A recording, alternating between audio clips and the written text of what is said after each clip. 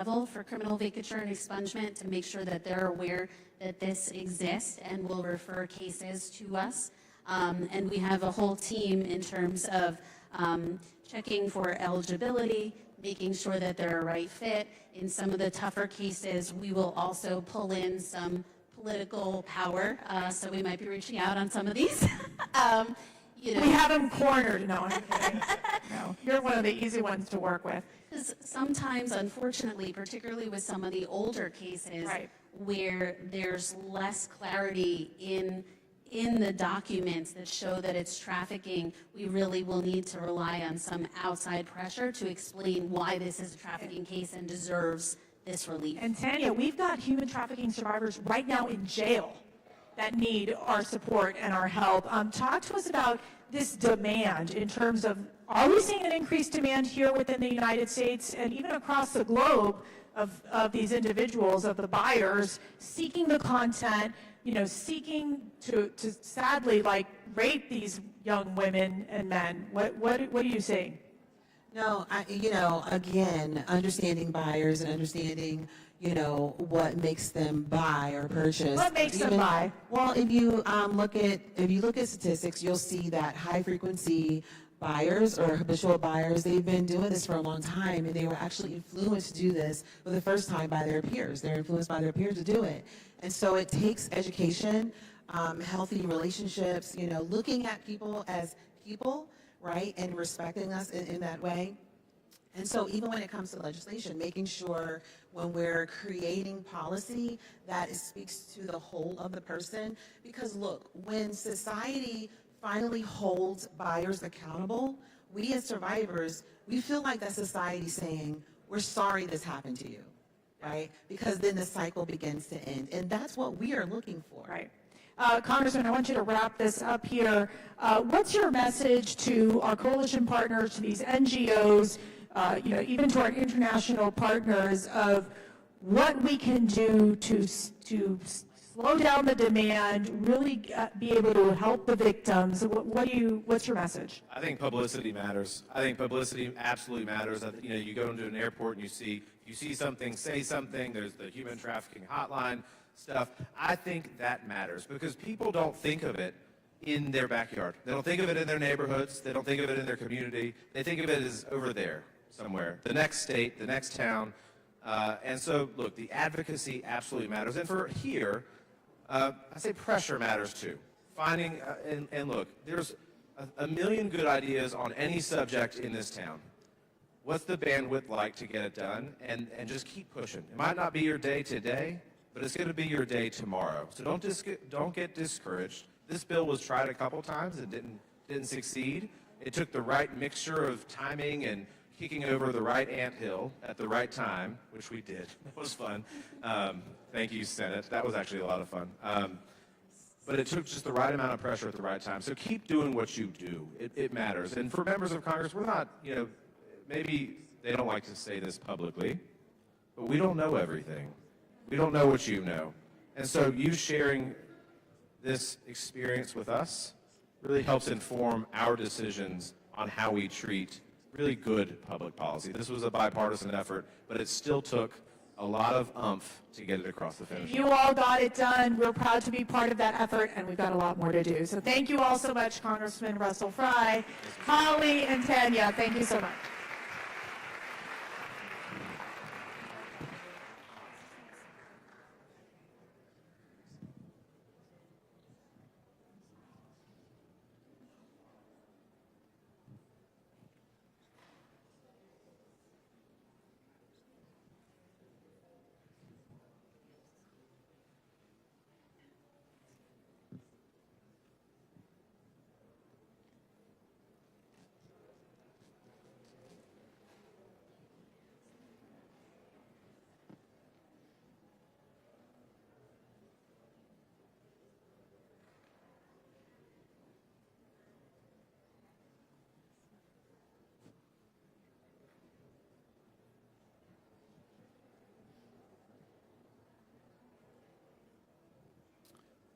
Our next discussion is Athletes Leading the Fight to End Modern-Day Slavery.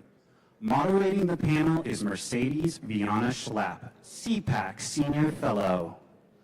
Please welcome Riley Gaines, former NCAA champion and political commentator. Jack Brewer, CEO of the Brewer Group and former NFL player. And Taylor Talley, founder of Freedom Fighters. Please give them all a warm welcome.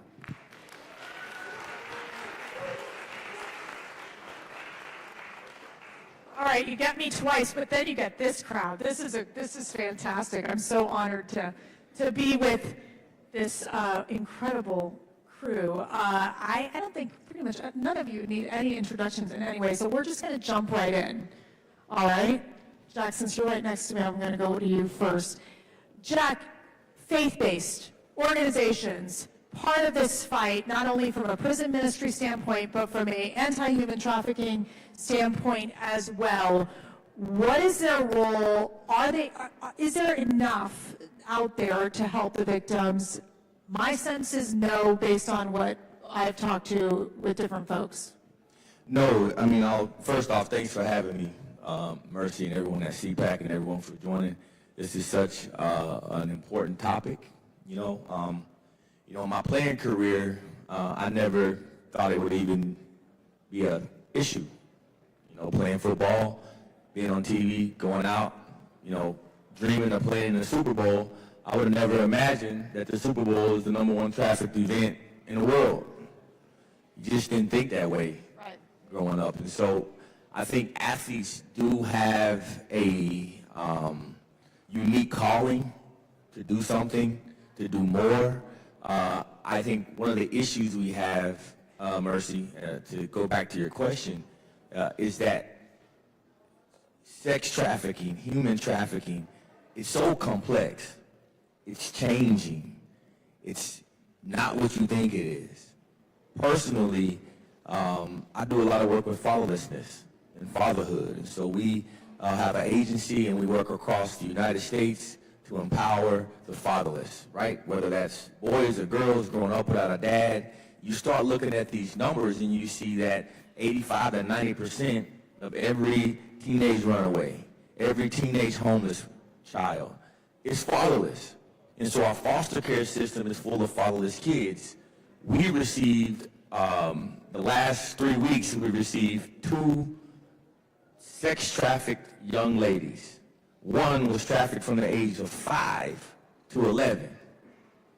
And so now you're trying to build these kids up and put father figures in their lives, put mentors and role models in their lives. And they're so broken that we're trying to figure out exactly how we can help treat them. Right. And so you're trying to literally, it's like throwing darts at a moving target because you don't know exactly how and what to do. Riley, I want to go to you because, first of all, Riley Gaines, talk about a hero. A hero in ensuring that biological males will not play in women and girls sports. Really. No, I mean, the work that God has placed in your heart, like your mission in life, I think is just so incredible. And as the mother of 5 daughters, you inspire all my girls and me. And really, what you've been able to accomplish has been remarkable. And I'm so glad you're here because you're a new mom, a baby girl, and, as an athlete, as someone who had to fight, right, to ensure that girls can be safe, I mean, this is all part of it. Oh, 110%. I'll tell you, Mercy, this is, as you alluded to, it's just never a position that I imagined myself in. And to Jack's point, never a position that I would have ever dreamt that we would be in culturally, politically, socially, where we have to define what a man is, what a girl, what a boy, female, male, defining sex itself. Of course, we just recently saw a big Supreme Court win on that regard, and so all of that is huge. But yeah, it's never what I wanted for myself to be here. Actually, Jack and I were talking back here. I was in dental school prior to all of this to be a dentist. So talk about a total 180. But you're right, it was initially that personal and negative direct experience that I had that ultimately, I think initially gave me the platform that I now have. And in that initial experience, I recognized how women were being harmed, how children across the country are being harmed, and it was really then I saw the bigger picture. Of course, understanding it doesn't just happen in sports. I think maybe it's the most obvious, right, when you see a 6'4" man competing against a bunch of 5'5" women. It's obvious in that regard, visually, like you see it and you recognize it as wrong. You recognize women aren't being protected. I started to look at the bigger picture and see it's not just sports, it's across the board.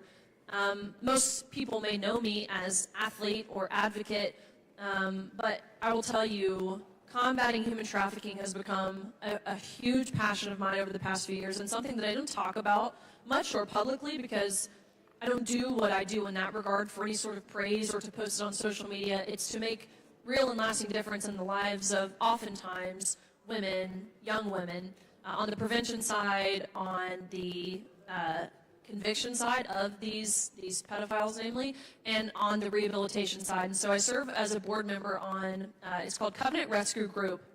It's a anti-human trafficking organization out of Alabama. And so it's super cool. I've been trained as a decoy, which for those of you who don't really, if you're not familiar, if you haven't seen like Colorado Ped Patrol or any of these videos that pop up on my TikTok all of the time that I watch, it's like 10-minute parts, and I catch myself on like part 7, like every single day. I watch these videos.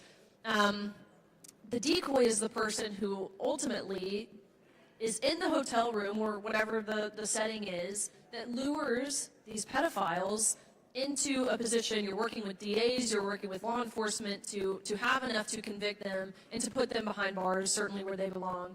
And so with this, I've seen some of the most horrific things you could possibly imagine, working alongside people like Tim Tebow as well. What an amazing man he is, and to talk about the impact that athletes really can have. So all that to say, it's become a huge passion of mine, and every single one of us, whether you have a large platform or not, I really do believe that we have a moral obligation as Christians, but as Americans, to get involved and to do what we can to protect the most vulnerable. So Taylor Talley, if y'all who went to the Freedom 250, they were, so the big Ferris wheel, that was all Taylor Talley. So we're we're trying to see if Trump would keep the Ferris wheel there. But Taylor, you have this program, the Freedom Fighters. It's a curriculum. You're talking about prevention being a key component of this. Talk to us about how this curriculum came together and how you got it started. Yeah, well, kind of like with Riley, my life took a 180 when getting into this movement. So I grew up on a traveling carnival, hence why the Ferris wheel was on the National Mall, but my family has one of the largest traveling amusement parks. And I think just because of growing up on the carnival, I saw all walks of life. I was exposed to different environments at a very young age, could read people in situations very early on. And then fast forward, I started doing Brazilian Jiu-Jitsu in college, and I'm a purple belt under Cabrinha, which that's what keeps me in Los Angeles. I'm not California-fied, so no judgment. But a couple years ago, my coach asked me, like, hey, will you start helping in the kids class? I said, yeah, no problem. And it was the best thing I did because I was like, wow, I really wish kids could be exposed to this, all kids, under-resourced community kids, kids in the foster home, the child welfare system, because it's not just the physical self-defense that we're teaching them. Yes, it's empowering to be able to choke out a man. It is, but with in the arm bars and the leg locks. So you can choke Jack, is that what you're telling me? This Maybe would be today fun. because he has a shoulder injury. Oh, Maybe okay. today. Yeah, you could pretty much have your way with me today. But what is the most important part of that is we teach them what morality is, building them a moral compass, the situational awareness, the anti-grooming techniques, de-escalation, teaching them intuition, which I tell them inner body alarm. And so that's what they need to carry for life to just become better humans. Right. Jack, as an athlete, you all have such a influence in society, right? And And no one ever really wanted to talk about human trafficking. I think it really wasn't until I would say the Sound of Freedom that it became more into the bloodstream here. What is it that athletes can do to work on, talking about this messaging on prevention, and if you are a victim, that you can seek help? I mean, what's that role look like? First off, athletes need to stop being so woke, That's worrying the point. about Yes. all of this skin color ideology and want to talk about gender. And if athletes would just stop being so woke first, then you can start to really focus on things that are happening, right? It's like, it saddens me, Mercy, because I remember walking on a football field and knowing that millions of people were watching. Seeing how the kids would line up, literally they would wait for hours and hours and hours for an autograph. And these same kids now, you're spewing these super woke, anti-Christ messages into their ears. The only time athletes nowadays talk about slavery is they talk about slavery in the United States of America, when that's a drop in a bucket compared to slavery across the world. Slavery's been around since the beginning of time. Open up your Bible. You want to read about slavery? Open up your Bible. Right? It's the truth. This ain't a new thing. We got to overcome slavery, but we can't just talk about America being the only place that slavery happened, first and foremost. And then what about the 17, 18, 19, whatever it is, million slaves right now today? We got kids being trafficked and in slavery and in bondage today, but we're talking about the 1600s. That's the first thing. God is giving you a platform as an athlete. You have an obligation. The Word of God says that if you hurt one of these little ones, you are better off putting the millstone around your neck and being thrown in the depths of the sea. And that's a quote from Jesus Christ. And so athletes must do more. I'm telling you, I advocate for it, and it saddens me to my core. I see their responses to my tweets and to my Instagram posts. I see their little slick responses, and half of them want to talk about race, but they're doing nothing to help their race, except for running their mouth and pushing a leftist woke agenda. Riley, there is that coach and athlete dynamic, and we've seen in certain cases, like with the Olympics, where there was abuse that happened. I mean, and some athletes feel very vulnerable because they're dependent on their coaches and, or those around them in the coaching staff. I mean, you had to deal with the situation in the locker room, which is having to get undressed in front of a man. I mean, that in and of itself is like a sexual exploitation situation. Oh, 110%. But at the time, if you said that out loud under the previous administration, you were the one who was like charged with a hate crime. The woman, the girl who didn't want to undress while simultaneously being exposed to a naked man, right? Like, we were the ones who were reprimanded, quite literally punished, told you would lose your scholarship, you would lose friendships, no one's going to want to be your friend. They're going to look at you and see a transphobe if you speak about this. Is that really worth it to you? Riley, you'll never get a job. No one's ever going to hire you. Did they say that? Oh, I could spend the rest of our allotted time sharing with you all things that were said to keep all of us quiet. And really think about it, right? Those of us who were on the pool deck, just speaking about, again, my personal experience here, do you really think that any of those girls on the pool deck actually thought what we were experiencing was fair? No, absolutely not. 99.5% of us agreed that it was wrong, but we were terrified to say something.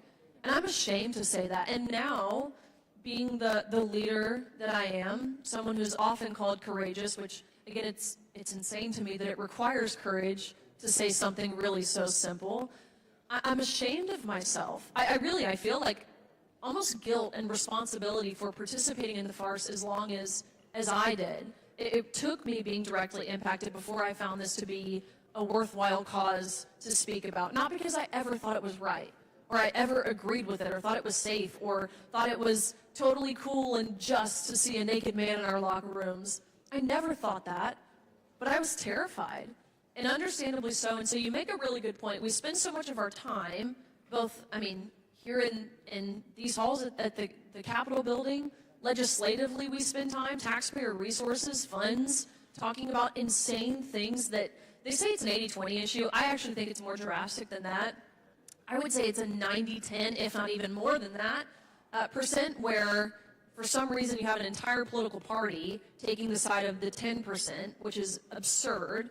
90% of Americans, if you go out into the street, doesn't matter where you are, you could be in Los Angeles, California, and say, would you want your daughters playing with a man on the court or on the field or in the pool? And they would tell you no, right? They would recognize that as wrong and unfair, yet we're spending so much resources talking about that when there are other issues that exist in women's sports that are worthy of being talked about as well, honestly, and probably more prevalent in how often they're happening. One of those being this abusive coaching dynamic that we see oftentimes in women's sports, especially women's sports like mine, swimming, women's sports like gymnastics. You see this often. You have people like Larry Nassar.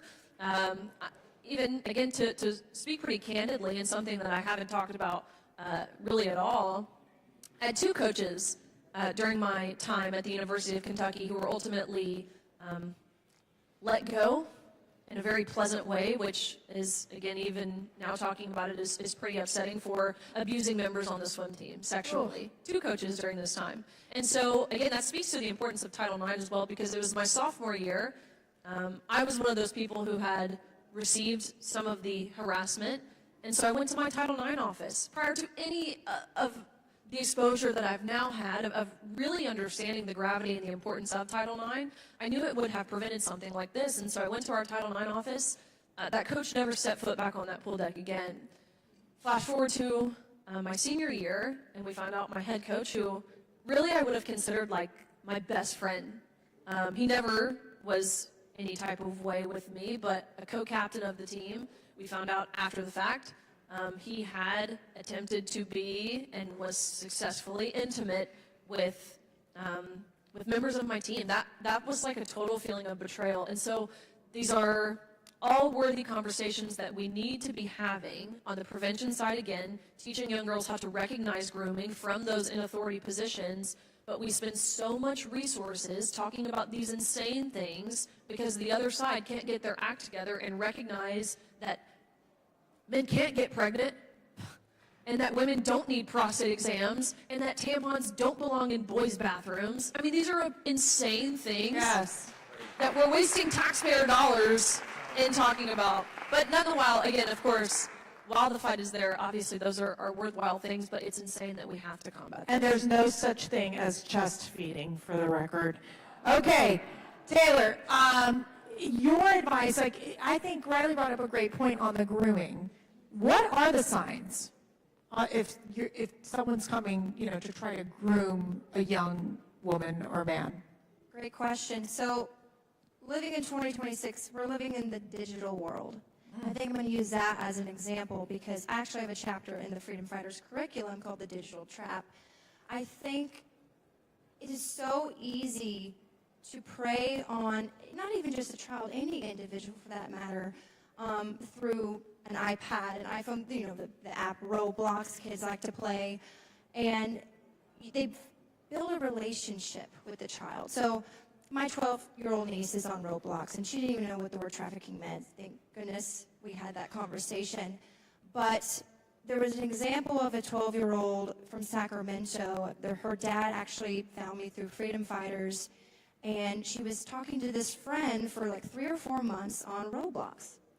And nothing inappropriate happened in the messages. But one day she had a fight with her mom. The guy, well, she thought it was the girlfriend said, hey, why don't we go to the beach? And so meet me at the so-and-so Target. And how did the guy know where she lived? How did the guy get her from point A to point B for a 30-minute walk? And she's, stealing beach supplies out of this Target.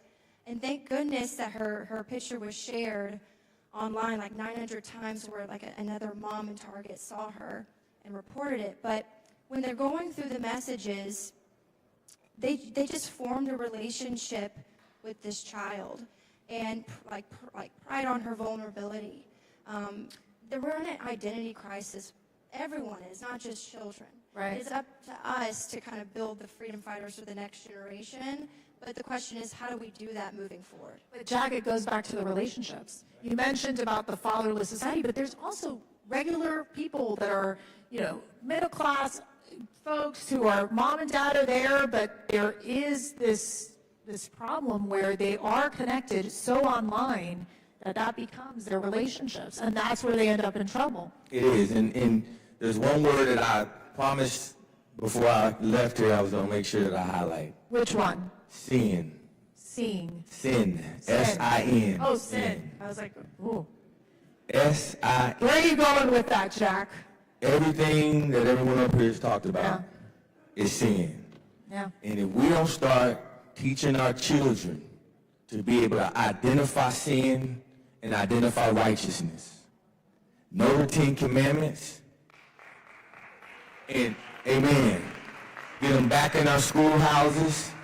The most vulnerable kids, the fatherless kids, the children like you're talking about that gets mad at mom, and you have this man who's clearly a sinner living in sin and lust. He would have been targeted. Another thing, you need to get the Second Amendment all across the country, because if he's in Florida or somewhere, he's going to get shot doing something like that, deservedly so. But sin, we have to start seeing it again. We have to start, don't let our words become so new and modern and new age that we forget about the Word of God. Speak Scripture. The Word of God tells us that we overcome the evil one by the blood of the Lamb and the word of our testimony. We need the Word of God just like Jesus needed to overcome Satan. We cannot figure out these problems on our own.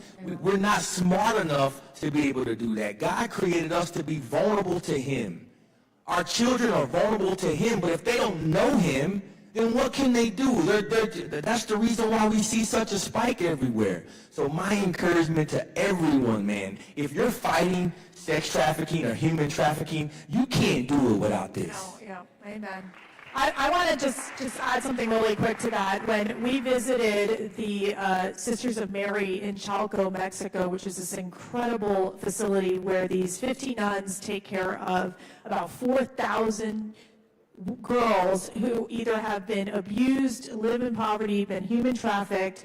When I met with the priest, he's actually American, who was there listening to these girls and really helping them. And he basically said, he goes, you have to understand, he's like, if you're in this fight, which you all are, you have to be praying every single day to be fortified against the devil. Like, you have to be. Because he will come after you, because this is the most satanic action that can happen in stripping the innocence of these children. And so, Riley, I want to ask you, is the trend changing? I mean, are we getting to the point that people are finally waking up saying, yeah, like, I got to be really alert to what's happening in my household about this human trafficking? Do you think that parents are waking up? Is there enough out there? Are we yelling loud enough to say, we got to protect these children and we got to help these victims? The trend is definitely changing, and I think in large part thanks to President Trump, to be totally honest with you. Yes. The way that he speaks, candidly, there is no beating around the bush, and of course those who operate under him as well, Tom Homan, Secretary Markwayne Mullin, these are people who speak in plain language the tragedies and the horrific nature of what is happening to children, to women, not just, of course, perpetrated by those who enter this country illegally, but it helps raise attention to it. And so President Trump and his officials who speak in the manner that they do, it gives all of us cover to say, you know what? Yeah, this actually is wrong. Bear in mind, we're still operating with a very unfair media, a very biased media apparatus that is not honest, that is not truthful, and that's where all of us come into play. Have these conversations in your personal lives with people you know around you, maybe with people who you even already know that they maybe disagree with you politically, otherwise, on different topics. Maybe you think, or maybe you have a neighbor that's a Democrat. but you know that deep down they're a good person, they have good intentions. Maybe you have the same goals and desires, just different ways of getting there. Have this conversation with them. Just say, hey, did you know that upwards of, I don't even know what the number is now, the reported numbers, it seems to go up every single day, but under the previous administration, 330,000 children went missing. Did you know that?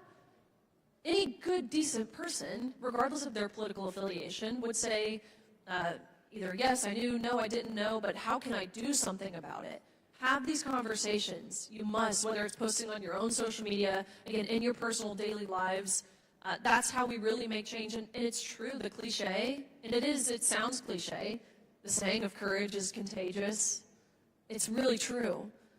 One person who's willing to have these conversations, who's willing to post something on social media, guess what? You might inspire 3 more people. And then respectively, those 3 people may inspire 3 people. And it's like this beautiful cascade effect. Yeah. That's how we make real and lasting impact. But again, we'd be remiss if we didn't say thank you to the president, to his administration for doing what they can. I saw even last week Tim Tebow was at the White House partnering to help combat some of this stuff, especially, you mentioned the digital age, what we're dealing with the power of AI. As parents, be mindful of what your children, what your kids are doing on their phones. Yes. Whether it's communications they're having with peers. It doesn't make you a helicopter parent. It makes you a parent who wants what's best for their child. And just to wrap up here, Taylor, give us your kind of 30-second, what's your message to our coalition partners here, obviously to so many of our international partners as well? I really want to hit on that our federal government doesn't know how to measure adequate prevention. I think that's where we need to start before we can pass another bill and talk about another, what we're going to do here. Like, what is adequate prevention? I think that's what we need to look at, and then also get more people not in D.C. I'm not a politician. I mean, I don't even call myself an expert. I'm just living it, right? So I think that's where we need to start, because the State Department defines the 3 Ps: prosecution, protection, and prevention. Why is prevention last? Why is it addressed last? Because it's invisible work. Yeah. And you know what? We need more. We don't need to focus on more rescues. We need to focus on fewer victims. That should be the goal. Jack.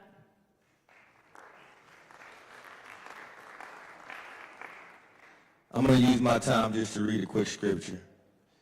Ephesians 6:10, I'll start there. Finally, my brethren, be strong in the Lord, in the power of his might. Put on the whole armor of God, that you may be able to stand against the wiles of the devil.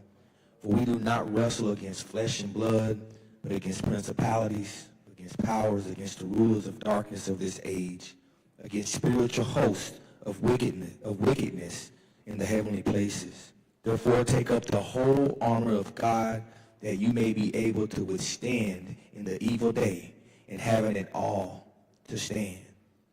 Do it all and let's stand for God. He's the only way. He is the way. He's the truth. He's the life. We can't take on the spiritual battles on our own. If you don't believe in Jesus, that's okay. I'm going to pray for you. But Jesus is the way. Amen. Amen. Yeah. All right, Riley, we're wrapping it up. It's always hard to follow, Jack. I know, But you know what? I'll also quote Ephesians 5:11. Take no part in unfruitful works of darkness, but instead expose them. Let that be the clarion call for you all, everyone here today. Expose the unfruitful works of darkness. And Mercy, you said that there are few things more dark than the nature of what we're seeing pertaining to human trafficking in this country. You mentioned Sound of Freedom. That's when I first recognized this to be an issue. But I thought it only happened in South America. It doesn't happen here in the U.S., not in my home state of Tennessee. We live in a conservative state. We don't have to worry about these things. It's in your own backyard. Expose that. that's right. All right, there's darkness, but there is light, and you all are part of being this light, and we're going to continue to expose, as you mentioned, Riley, the evils of human trafficking, but also we're going to be part of the healing process as well. Thank you all so much. Thank you.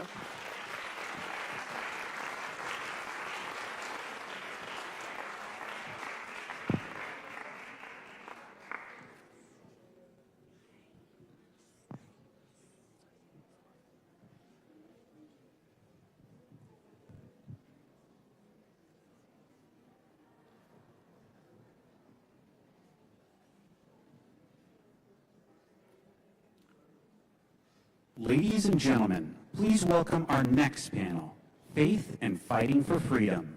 Moderating the discussion is Kimberly Bellissimo, founder and CEO of Forthright Strategy and CPAC board member.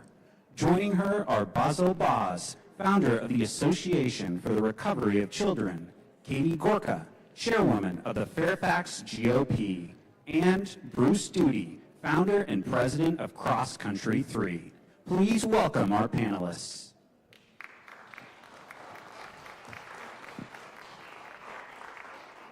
Glad you made it. Good afternoon, everyone. I'm Kimberly Bellissimo. I am founder of Forthright Strategy and also a very proud and honored CPAC board member, and I am also a coalition partner. We're going to take this in a little different direction. I've actually ditched my note cards, which is not like me to do that, because I wanted to piggyback on something that Matt and the Attorney General, Hanaway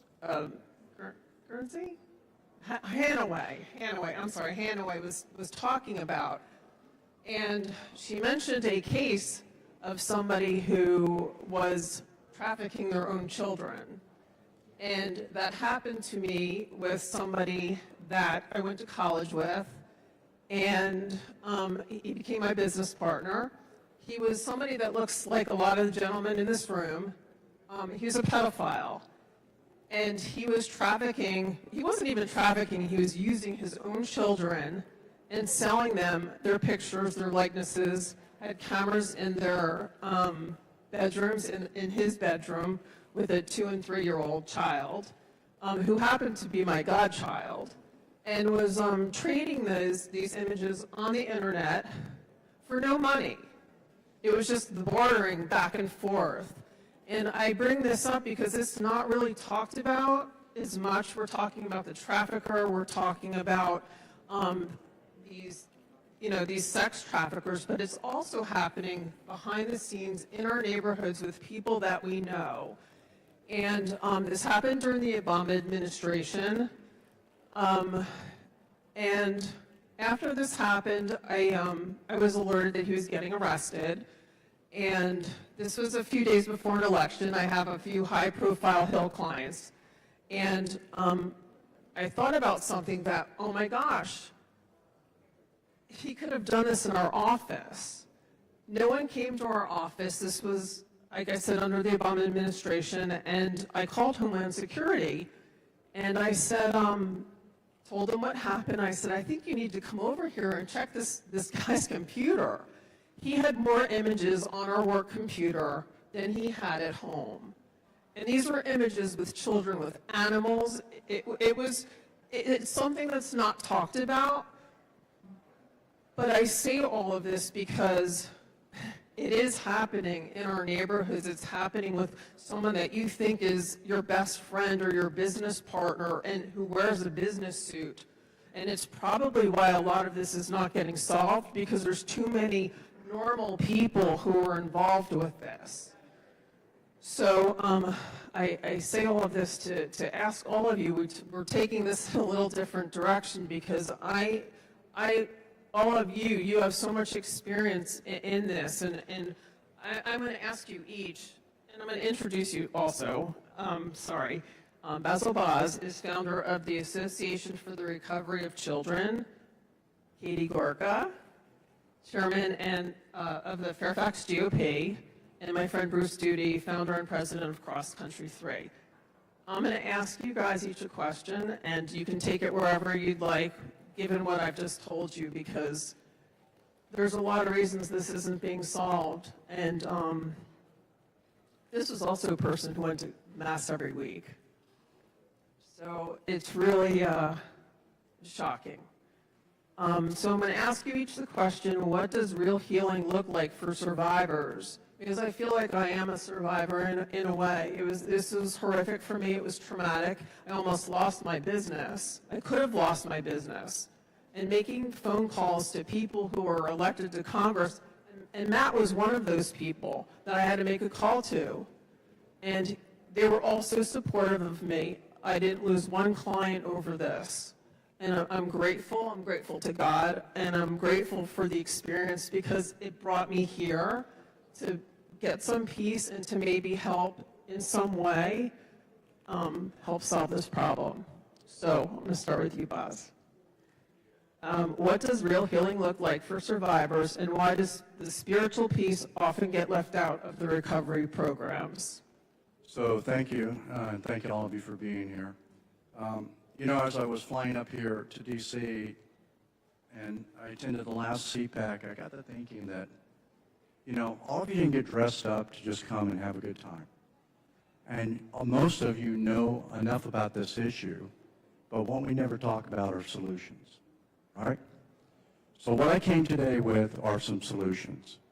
And I'll interweave, you know, weave in between all of this, the spiritual component to this, of course, but just bear with me here because I think it needs to be said. Where's Kevin Malone? Kevin, are you in here? Do you guys like Kevin Malone? He's a man with anger issues. Yeah, He's love that awesome, guy. right? The challenge we have, and if you follow me here, it'll answer all those questions. The challenge that we're having with whether we're dealing with survivors, whether we're dealing with child sex trafficking, whether we're dealing with the criminal enterprise, we could have cleaned up a long time ago. But we have a problem. The challenge is with legislation, either in DC or in every state. And I put my notes here because I didn't want to miss a beat here. They generally enjoy gambling with the lives of children, whether you believe it or not. And they always have to make some sort of deal, or they have to get something out of the deal or the compromise.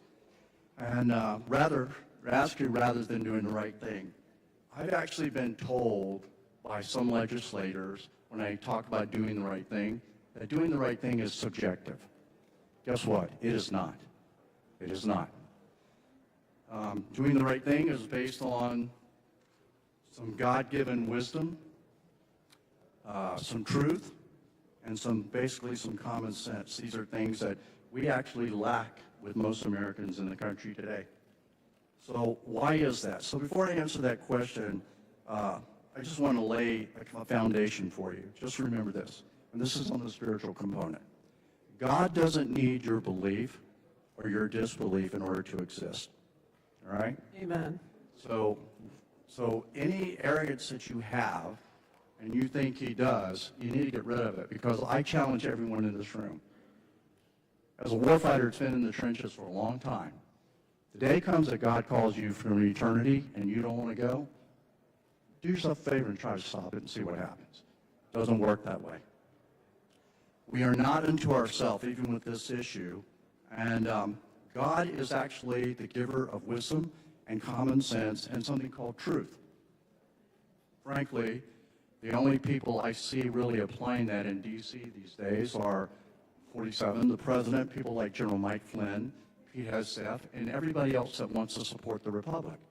And if that's you in here today, I salute you. But if it's not, and you don't want to support the Republic, and the future of the Republic, which happens to be these children, guess what? I don't want anything to do with you. It should not surprise all of us that the opposite of all of that is the prince of darkness, Satan, okay? He's the giver of deception and lies.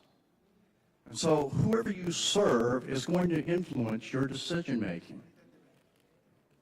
Look at the decisions that are made in the state of California. I think some people touched on this earlier. Child molestation and sexual abuse can be charged as a misdemeanor or a felony, depending on the circumstances, the age of the victim, and the offender's criminal record. Seriously? A misdemeanor? Seriously? Anyone who sexually rapes or traffics a child for rape, in my book, gets the death penalty. That's it. And my former business partner is walking free right now. Just, I forgot to mention that part. Yeah, so I'm not a big believer in misdemeanors. Now, I know some of you realize that the laws are changing in some states. You know, recently states are enacting death penalty for children under the age of 12, right? Let me ask you a question. What happens from 13 to 18? Most adults in many states are considered to be adults when they're 18. So why is it happening that we're not getting across the finish line? Why is it now we're trying to redefine what a child is? Actually, in concert with what the UN has been trying to do for ages. Keep lowering the age of consent, so children. So what that does, it leaves a supply for child porn, and everybody else that wants to rape somebody from 13 to 18. Now, how many of you in here have children? Let me do. Was your child, when he or she was 18, really ready to take on the world? No, you know they're not. They're not, okay? So instead of us redefining that so they can still use children from 13 to 18 as a commodity, why don't we simply say anybody who rapes a child under 18 gets a death penalty in your country, okay? Now, why do they do this? Compromise, we see this in senates all the time. And sometimes people are covering for their friends, and they're protecting their friends. And I like to protect my friends too, until they cross the line. And you cross the line, you rape a child, guess what? You're not my friend anymore. So this is why that happens sometimes. It's kind of like, it'd be kind of like all of you in the room here getting a cow, putting it in the barn, getting the bucket, sticking it under the cow, but never milking the cow and walking out of the barn going, I milked the cow. Ladies and gentlemen, we got a lot of empty buckets out there. We do all this stuff in Washington. We pass all this legislation. But we got tons of empty buckets out there. The job's not being done. So you may have heard me say this before, on podcasts or TV or whatever. This is not a political issue. These are crimes against children, okay? They're crimes against children. And if you're a legislator, in my book, from a guy who's in the trenches daily, and you're not doing all you can to protect our children, guess what? You're the criminal. If you're a judge who doesn't give a hard penalty like the death penalty for somebody who rapes a child, guess what? You're the criminal. Now, I see some faces out there going, Oz, you're stepping on some tough territory here. You're calling out judges, and you're going to get in trouble. Guess what? I don't care. And most Americans should stop caring about being politically correct and care more about our children who are the future of the republic. You can't run around, excuse my French, but you cannot run around being a chicken ass with this issue, because children are dying every single day, whether it's porn, whether it's organ harvesting, whatever it may be. And these kids are the future of our republic. We are all sitting in here, got another 20, maybe 30 years, and we're gone. And we got to have people that are taking over. So it's about time that we cared more about the children instead of just talking about it. They sacrificed, and here's another thing too. If you're not into saving children, then for the love of the country, live your life to honor our founding fathers who died and are buried in those graves out there, who provided each of us with the freedom that most of these children don't have. We have it, we're in here, so honor them with the way you live your life. If you're a person in here, or you're law enforcement, or you're pastors, or doctors, or teachers, or parents, and you rape a child, or you traffic children for rape, you are the criminal. And sadly,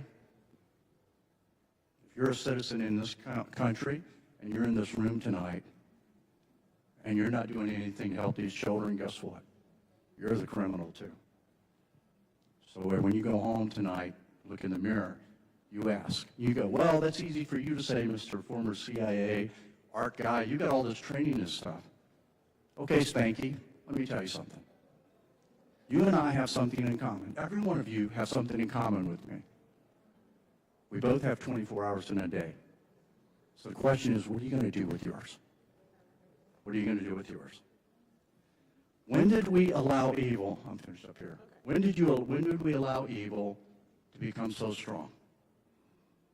When do we draw the line to fight against these crimes against children?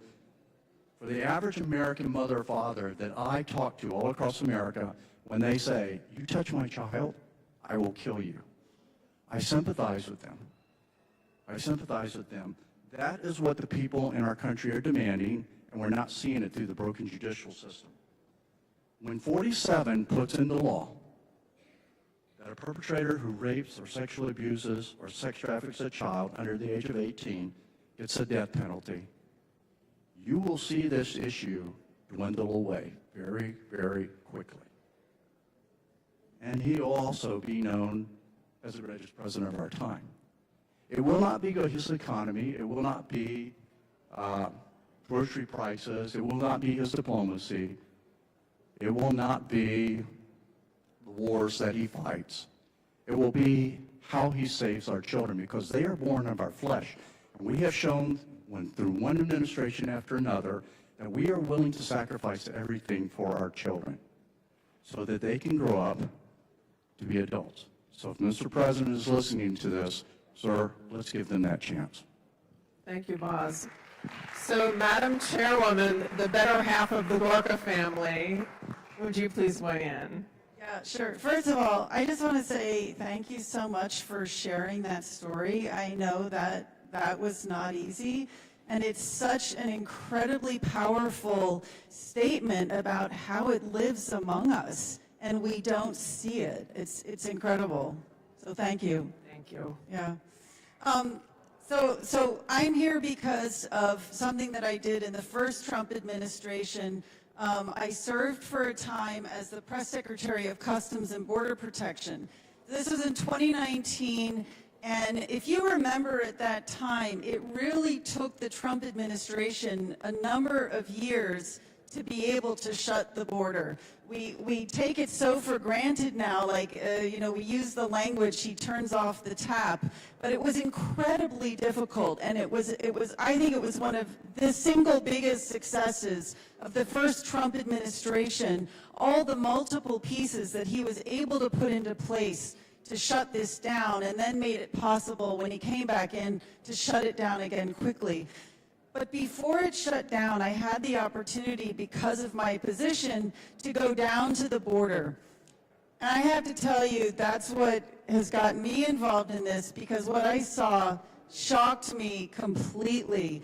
So I walked into, like McAllen Station and various parts of the border, and I saw, 200 boys between the ages of 7 and 17 in a holding cell meant for a handful of adults. I saw a warehouse full of women and children just living on mats on the floor. But I think the one image that stayed with me the most was a 6-year-old girl who had Down syndrome.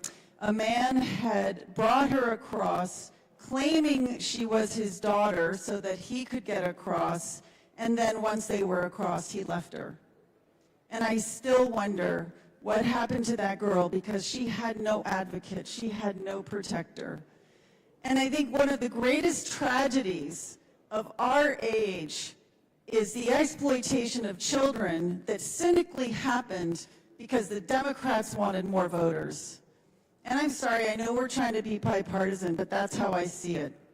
Okay, I will step back a little bit from that. And also, children don't vote. I'll step back a little bit from that, because I also at the same time do think it's possible that many people thought that they were doing a kind thing by letting people come across the border. And I really want to make one point today, which is where we have failed so far is to make the case for why an open border is just about the worst thing you can do for children. Because of the family separation policy, children were used by millions of adults to get across the border, and then the children were further used in trafficking. And if we do one thing between now and the next 2.5 years, we have to do a better job of telling the story of how an open border is terrible for children. That's all. Amen. Thank you. Do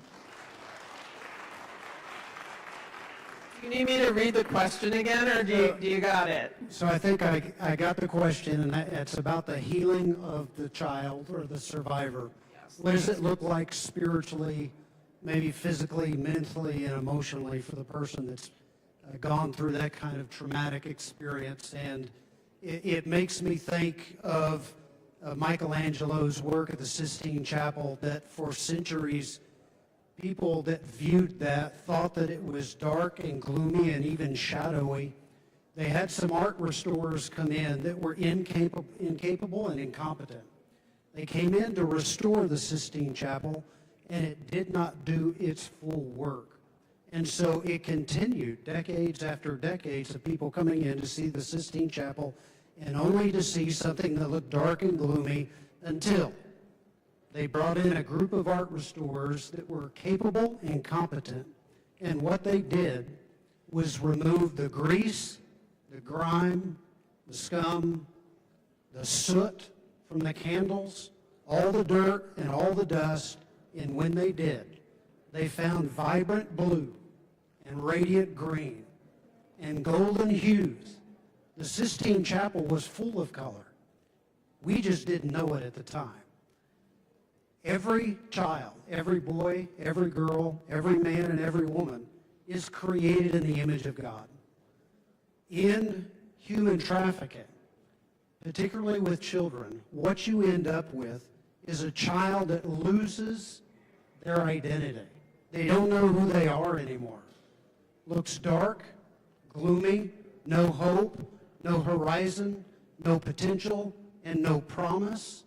And so what we need at that point is capable and competent restorers. Restorers make sure that that child knows that they're created in the image of God. Yes, and there's a lot of people in this room that are restorers, right? A lot of them. And what you do in that work is to bring about the vibrant color that was there all along. We just didn't know it, or the child didn't know it. And the thing is, it's not the dust, the grime, the soot that is covering our children and our people.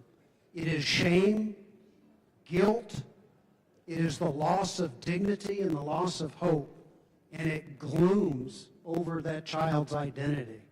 I think that healing looks like, Kimberly, it looks like a restoration of identity. That child is in an identity crisis, much like America has been in an identity crisis. We have been in that for quite some time. And that's why government doesn't know how to act, family doesn't know how to act, individuals don't know how to act, because you're in an identity crisis. You don't know who you are anymore. We need a restoration of identity. When that happens, healing takes place, and it takes competent and capable restorers to do just that. Beautiful answer. Thank you. You have anything to add to that? You're a bad butt. You used to work for the CIA. Yeah, you're exactly right. There is a component, there's been a missing component to the healing portion of most survivors. We've just now stumbled on this with Dr. Brian Thompson, but you know, when Jesus was walking the earth, you know, it's one thing to walk past a beggar and go, be healed, brother. It's another thing to feed them, correct? Or to clothe them or whatever. And over the course of years, we've given the blankets, we've given the spiritual component, we've taken in survivors, but here's something we never touched on, and that's damage to their DNA. The trauma damages your DNA. So one of the things we're looking at now with Milagro and Dr. Brian Thompson is their technologies now to heal the DNA, which God made, the DNA, but we're repairing DNA because the problem we were running to, we were rescuing all these survivors, but about 80% of the survivors that went to aftercare, wraparound care for the next 10 or 15 years, if they lived that long, their body was dying. Their organs were shutting down. And you say, well, it's because they were drugged up. No, they were clean. But that DNA component had been damaged, and every day under the threat of death caused them to continue to die every single day. Most of the survivors that we've rescued, they're constantly in the hospital. So what are we missing here? So I have a question about DNA and pedophiles. Can pedophiles be rehabilitated? Yeah, with a 5.56. That was the answer I was hoping for. So one of the things that you have to think about with that, Kimberly, is that because God created us in His image, we have to remember that God is a just God and a merciful God at the same time. Romans chapter 13, 1 Peter chapter 5 both say that the government has a twofold role, and it's very simple: to protect that which is good and to punish that which is evil. That's God's role of government. Now, we can mix that up, and when we do, we mess that up. And so we have to understand that there has to be a judicial system that represents God's justice. But that doesn't mean that someone can't go to God for forgiveness. And so anyone and everyone should be encouraged or challenged to go to God for forgiveness. But that doesn't mean you're not going to pay for your crime. You have to pay for your crime. And America's government has to hold that true. And our churches have to step in and make sure that that voice is carried through the halls of our churches, that justice and mercy both work together. Our God is a just God, and he's a merciful God at the same time. And if we're created in his image, we ought to be the same. It's really that simple. My experience with this was this person had absolutely no remorse for what they did to their children, what they did to me, what they potentially did to people's livelihoods. And so I know that the devil does walk among us, and the devil is a very real thing, and I think that some people are just, they're taken by evil. And I worry that, is everyone redeemable? I don't know. Well, I agree with you, you're right. We had this discussion last night. God makes it very clear what the difference between the wicked and the sinful. And most of the people that want to repent fall in the sinful category. And this is my experience after 33 years of dealing with a lot of predators, okay? So, and we talked about this, and I said, I went before God often and said, why is my heart so hardened against those who rape children?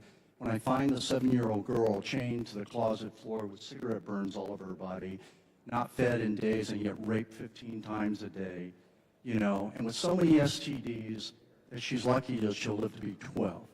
And so as a believer and a Christian and a man of God, I struggled with that for a while until I got in the scripture and realized that God talks about the wicked. And he says he hates the wicked and he'll destroy the wicked. Now, over my career of rescuing children, I definitely have danced with the devil and not poked him in the eye. And I have seen the worst of the worst because I'm in the trenches. So, yes, I pray for them as well, but I distinguish now between who's wicked and who's a sinner. And when we talk about those that I've run across and the wicked, this is why Jesus said, it's better than a millstone be put around their neck and thrown in the ocean and they drown and die. I think that's how God feels about it.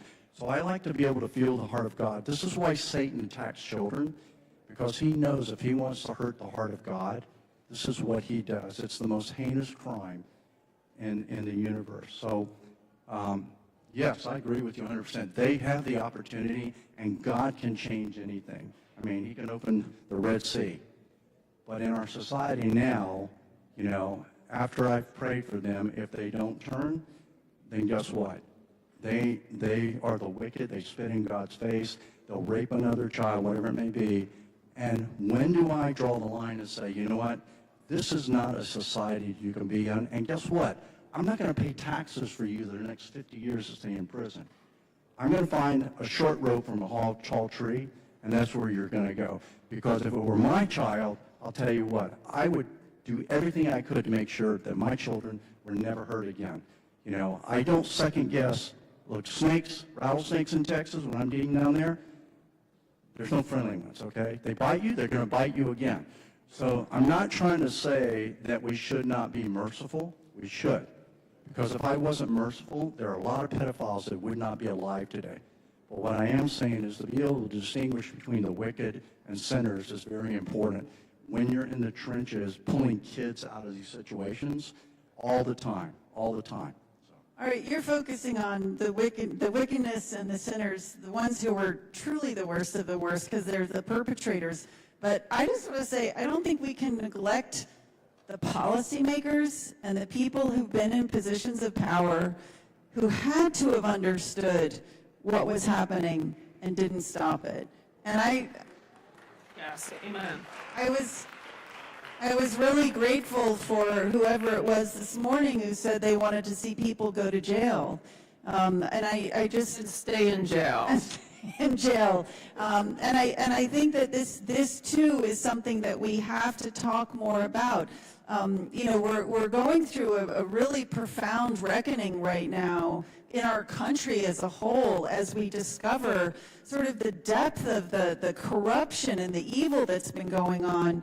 And I think it was Congressman Riley who said there's got to be the political will, but the political will comes from the people.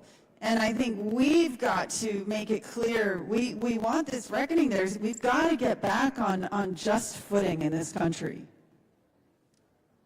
I think, Kimberly, that the perpetrator that you mentioned there and every other one, when you mention that there's no remorse, I think that speaks to a much larger problem in America and around the world, particularly in the West, or at least because we know the West, we live the West. And that is this: we have a vanishing conscience. And as such, we have failed to recognize this God-given internal mechanism that every individual has to help us to understand the difference between right and wrong. It's just simply called a conscience. When we were younger growing up, we would hear about the conscience. You don't hear about that anymore, and that's because it's vanishing. Right, and you have these crazy people that are trying to normalize pedophilia and trying to convince you that it's okay to be that way, right? I mean, everything is just turning upside down in our culture of wrong and right, and what's a woman, what's a man. And so then there is no wrong. And as a result, there's not going to be any right, or everything is right. So that's the first restraint. That's a God-given restraint. It's the personal restraint. But then he's given us a social restraint. That's the family. He gave us family as the integral institution in society to restrain us, because we have moms and dads that teach us the difference between right and wrong, that's consistent with our conscience. And again, that's not rocket science.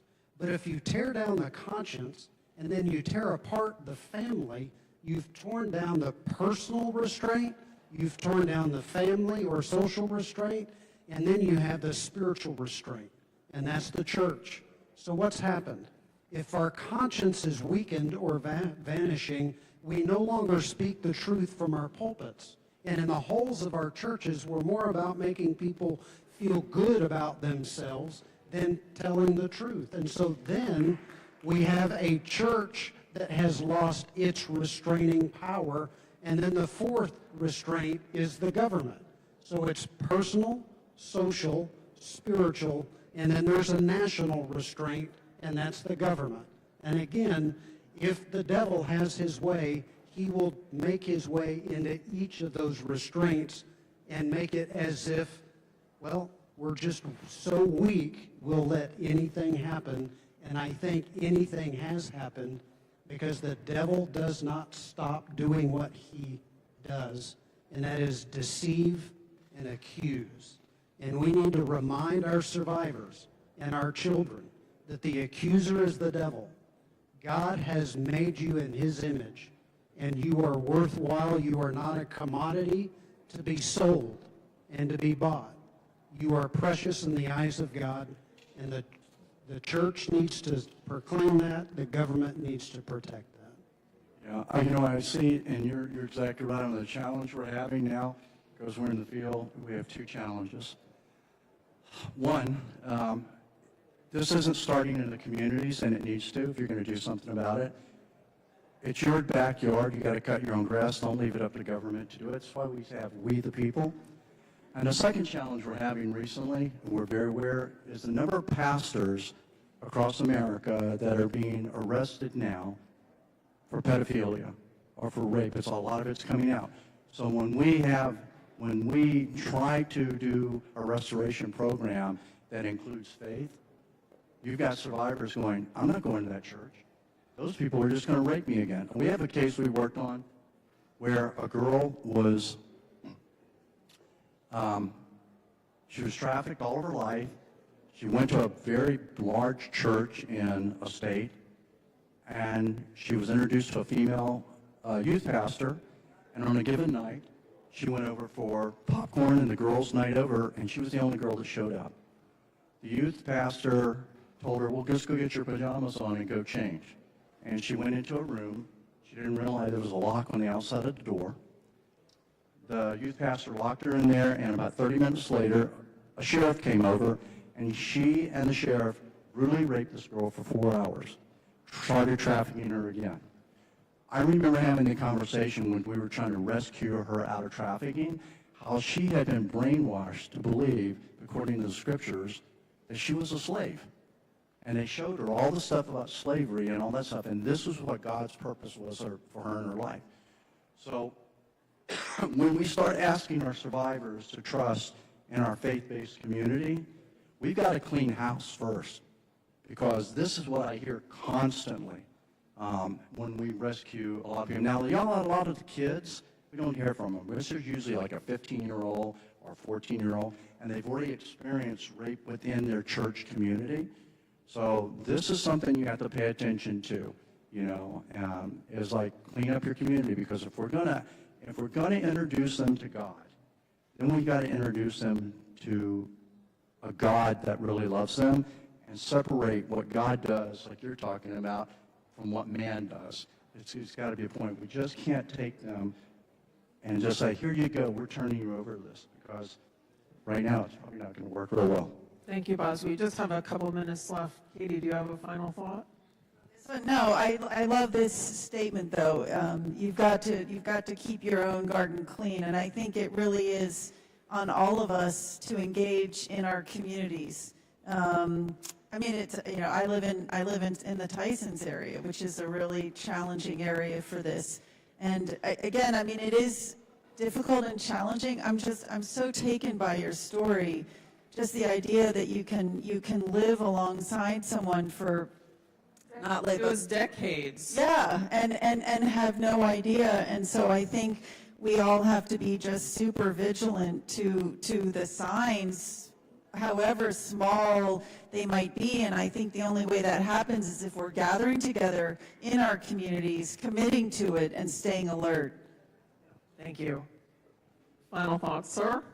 I believe that it's really important for us to understand that when God says that he's opposed to the proud and he gives grace to the humble, that if we want his blessings, and so my encouragement to any organization or individual that is combating human trafficking, or you're just trying to be the right person at the right place. You were born for such a time as this, like Esther. If you want to be that person, how important it is to be the humble man or woman that you can be right where you are, because God has your six. He gives grace to the humble. He's opposed to the proud. But if you remain humble and make sure that you're not following the crowd or following the trends or following what Augustine said was going to be our idols that would be our downfall one day, the seeking of profit, pleasure, and prestige. If we make sure that we humble ourselves and don't follow what everybody else is doing, God's got your six. He's got your back. He's going to take care of you. He's going to reward you. He's going to bless your work. And that humility goes a long ways with the Lord. Thank you. I also wanted to thank Frank Russo for being such an amazing partner, and Mercy, the queen of our coalition, and Matt, and CPAC. CPAC is just the conduit for all of you guys, for all the work that you're doing on this issue. So we just provide the best we can to help you guys get your missions done and your work done, and we are so very grateful and blessed to have you. So thank you very much, and thank you guys. Thanks, Kimberly.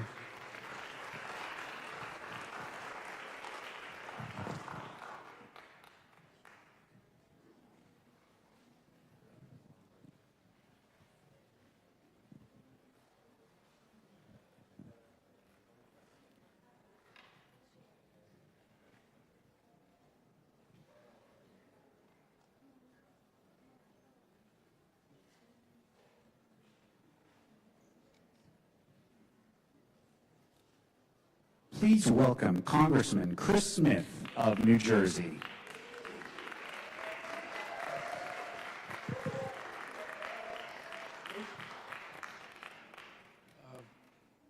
First First of all, let me just thank all of you. For those who don't know me, I'm a member of Congress from New Jersey, the 4th District. Got elected with Ronald Reagan in 1980, so I've been there a few years. And I want to thank Frank for all the great work that he's doing. You know, it does take leadership, and he is an extraordinary leader. And Frank, thank you, because you are making a huge difference. Matt and Mercedes as well. I mean, it's a leadership that is absolutely needed, because there are problems not just with the issue, but also with getting legislation passed, as I think many of you know. Just by way of background, I began working on human trafficking in 1995. We saw that with the breakup of the Soviet Union a few years earlier than that many of the people that used to be the apparatchiks, the KGB, and the very nefarious actors in the Soviet Union, East Bloc countries, all of a sudden were not just selling drugs and weapons, they were selling women. They commodified women, and we at first thought it was a problem over there, and then very quickly found out it's a problem everywhere, including in the United States. So I introduced a bill. It failed in the Senate. Introduced a second bill called the Trafficking Victims Protection Act. And that legislation took 3 years to get enacted. It was on life support several times. Sam Brownback in the Senate was our great friend and ally over there. And together we got it across the goal line and then into law. That legislation is everything that's in our trafficking federal response, both domestically and international. We have added to it with some reauthorizations. For example, in the year 2000, we couldn't get an ambassador at large. We got that in the 2003 reauthorization. We found out that peacekeepers all over the world, especially a few years later in DR Congo, I actually went over there and found out that the peacekeepers in DR Congo were raping little children. These are UN peacekeepers. Had 4 hearings on it. We added language that said that when you look at the TIP report and who do we study as to how well or poorly that country is doing, now the military and peacekeeping efforts will be part of the analysis as to whether or not a country gets designated as either a Tier 1, which means you're good, Tier 2, you're okay, but you're trying, Tier 3, you're an egregious violator, and you can be and should be sanctioned by the U.S. government until you get it right. You know, George W. Bush, to his credit, put some of our best allies on the Tier 3 based on their record. South Korea and Israel both had very poor records. He looked at it and said, that's it, put them on. Within 6 months, they were already taking serious efforts to end their complicity government-wide with trafficking. And by the next year, they were back to Tier 1. So it shows that it works when you have a penalty phase affixed to all of this. We also, as you know, the TVPA was both a domestic and an international response to this heinous crime called human trafficking. And I say that because a lot of people thought it was all foreign. It equally applies to the domestic. And one of the things we did in the bill, now law, TVPA, was to put 20 years to up to life imprisonment for the trafficker. We found, we put in the law, that anyone who has not attained the age of 14, that trafficker could go to jail for the rest of his or her life. For those who have not attained the age of 18, it is likely they'll get a very serious sanction, like up to 20 years. And after 20, where there's an element of force, fraud, or coercion, then they too could get a very significant jail sentence. We've had many thousands of convictions.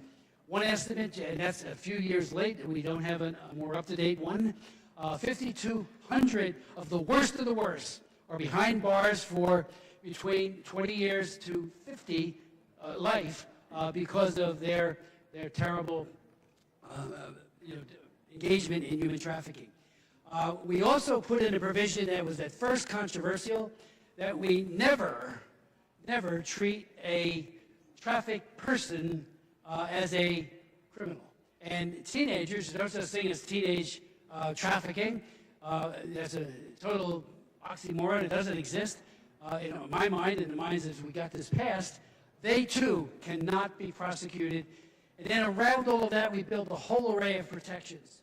And that's the work that continues to this day, trying to figure out best practices. How do we make sure that the victims are not re-victimized? We have a new bill, H.R. 1144. It's not so new.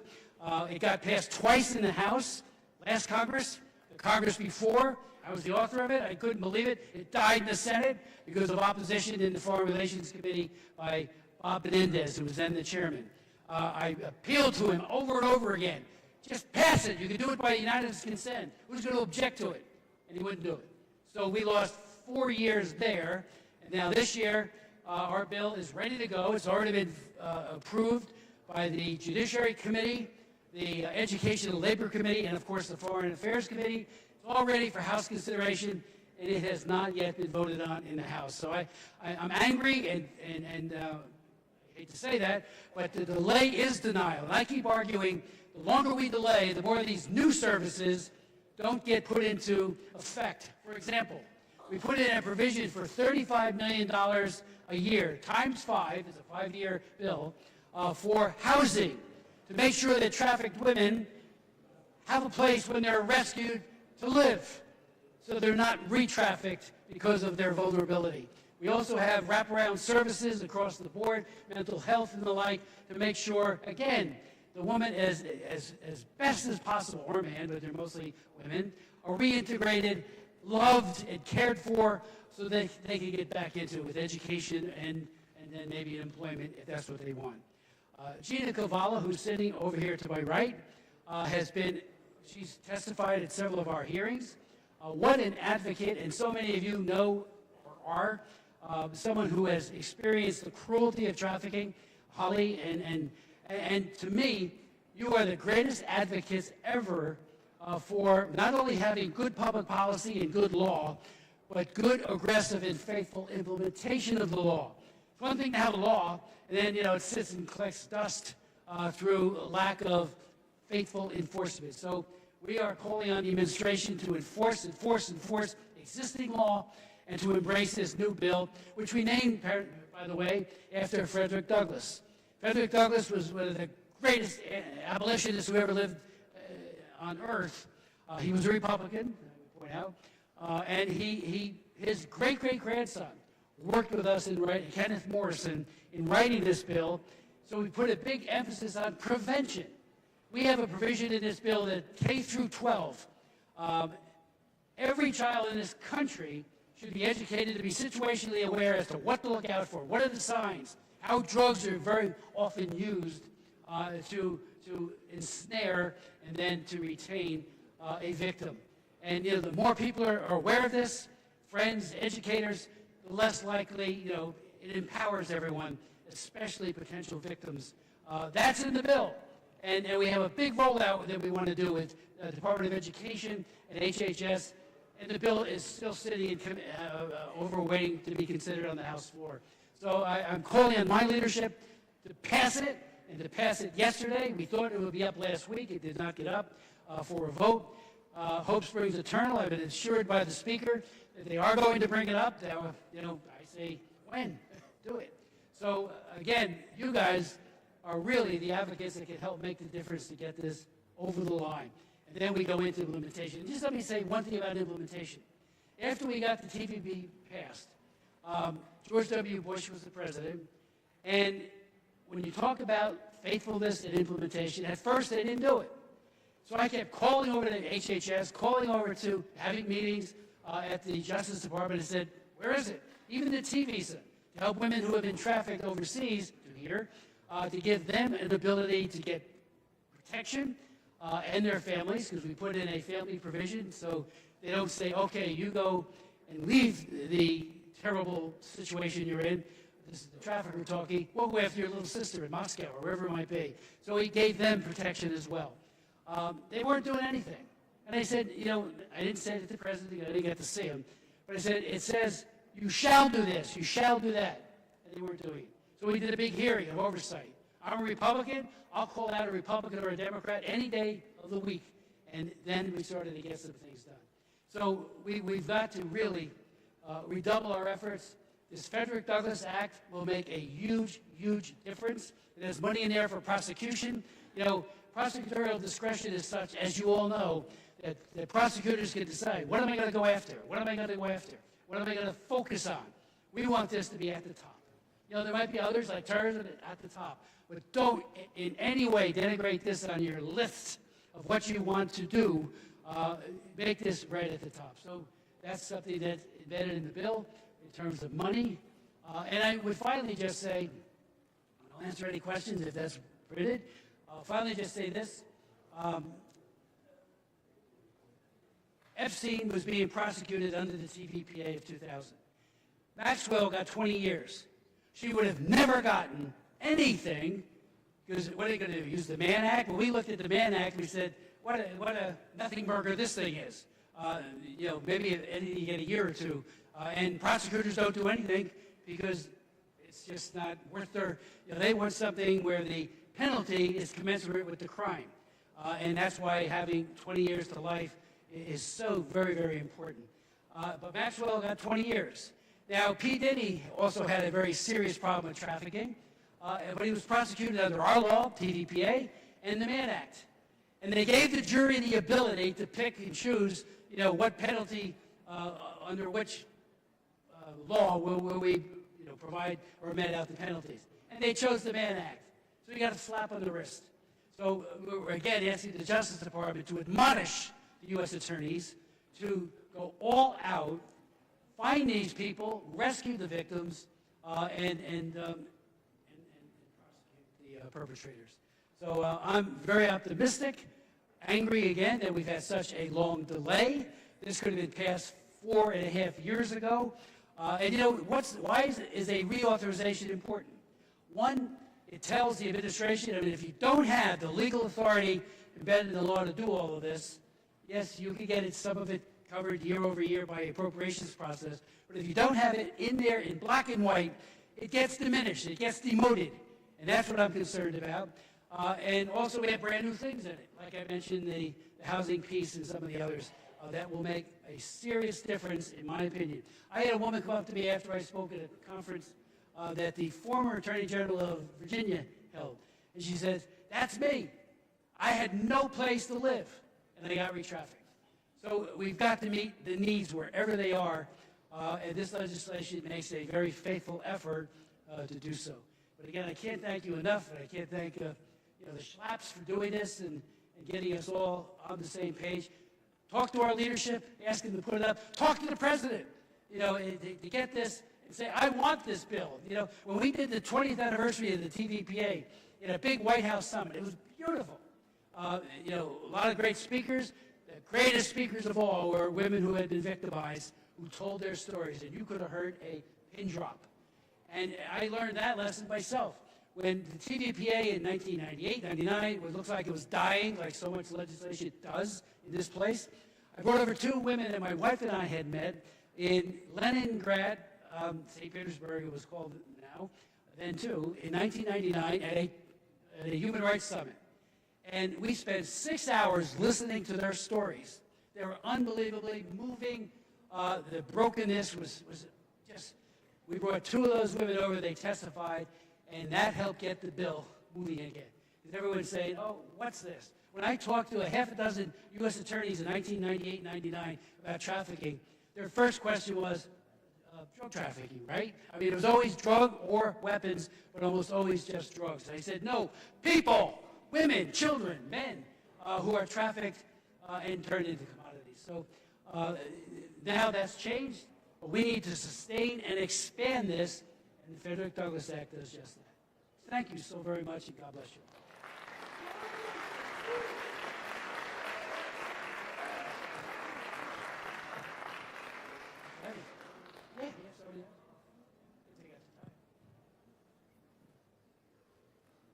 Does anyone have any questions they would like to ask?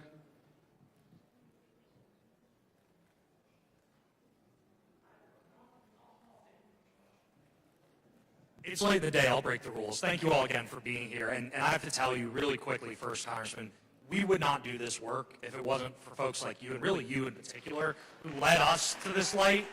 And so CPAC Center exists in a big part because of you and Mary V. Hill and all of your team. It would not be here today without you.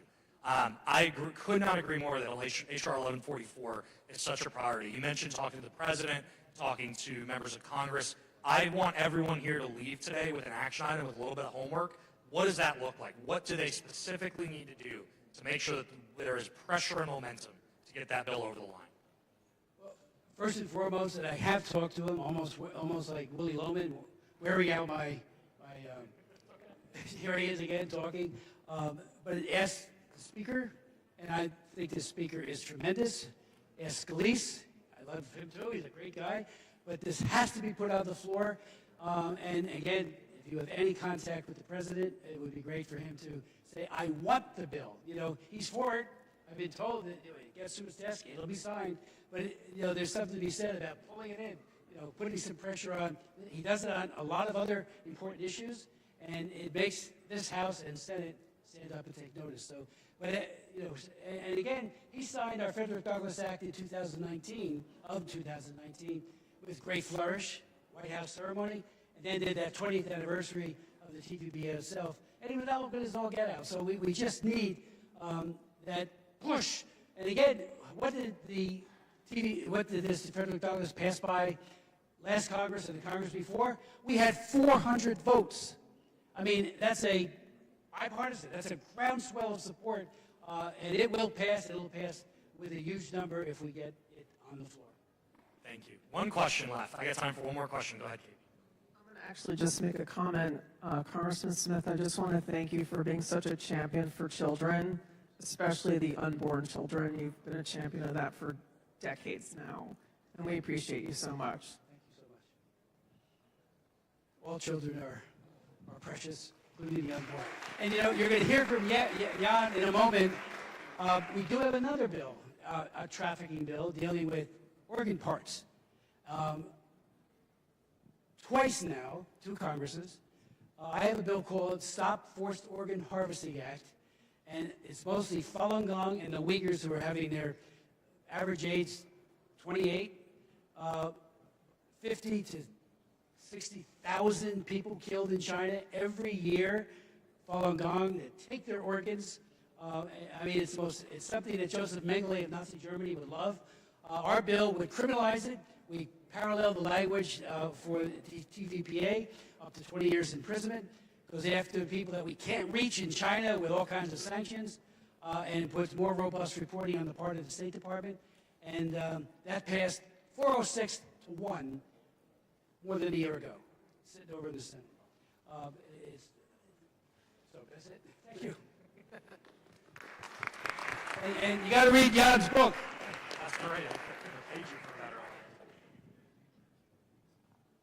earlier. Ladies and gentlemen, as we conclude today's summit, please join us in welcoming to the stage Frank Russo, CPAC Senior Advisor, Jan Jekielek, Senior Editor for the Epoch Times, and Alan Wilcat, Senior Advisor, U.S. Department of Health and Human Services.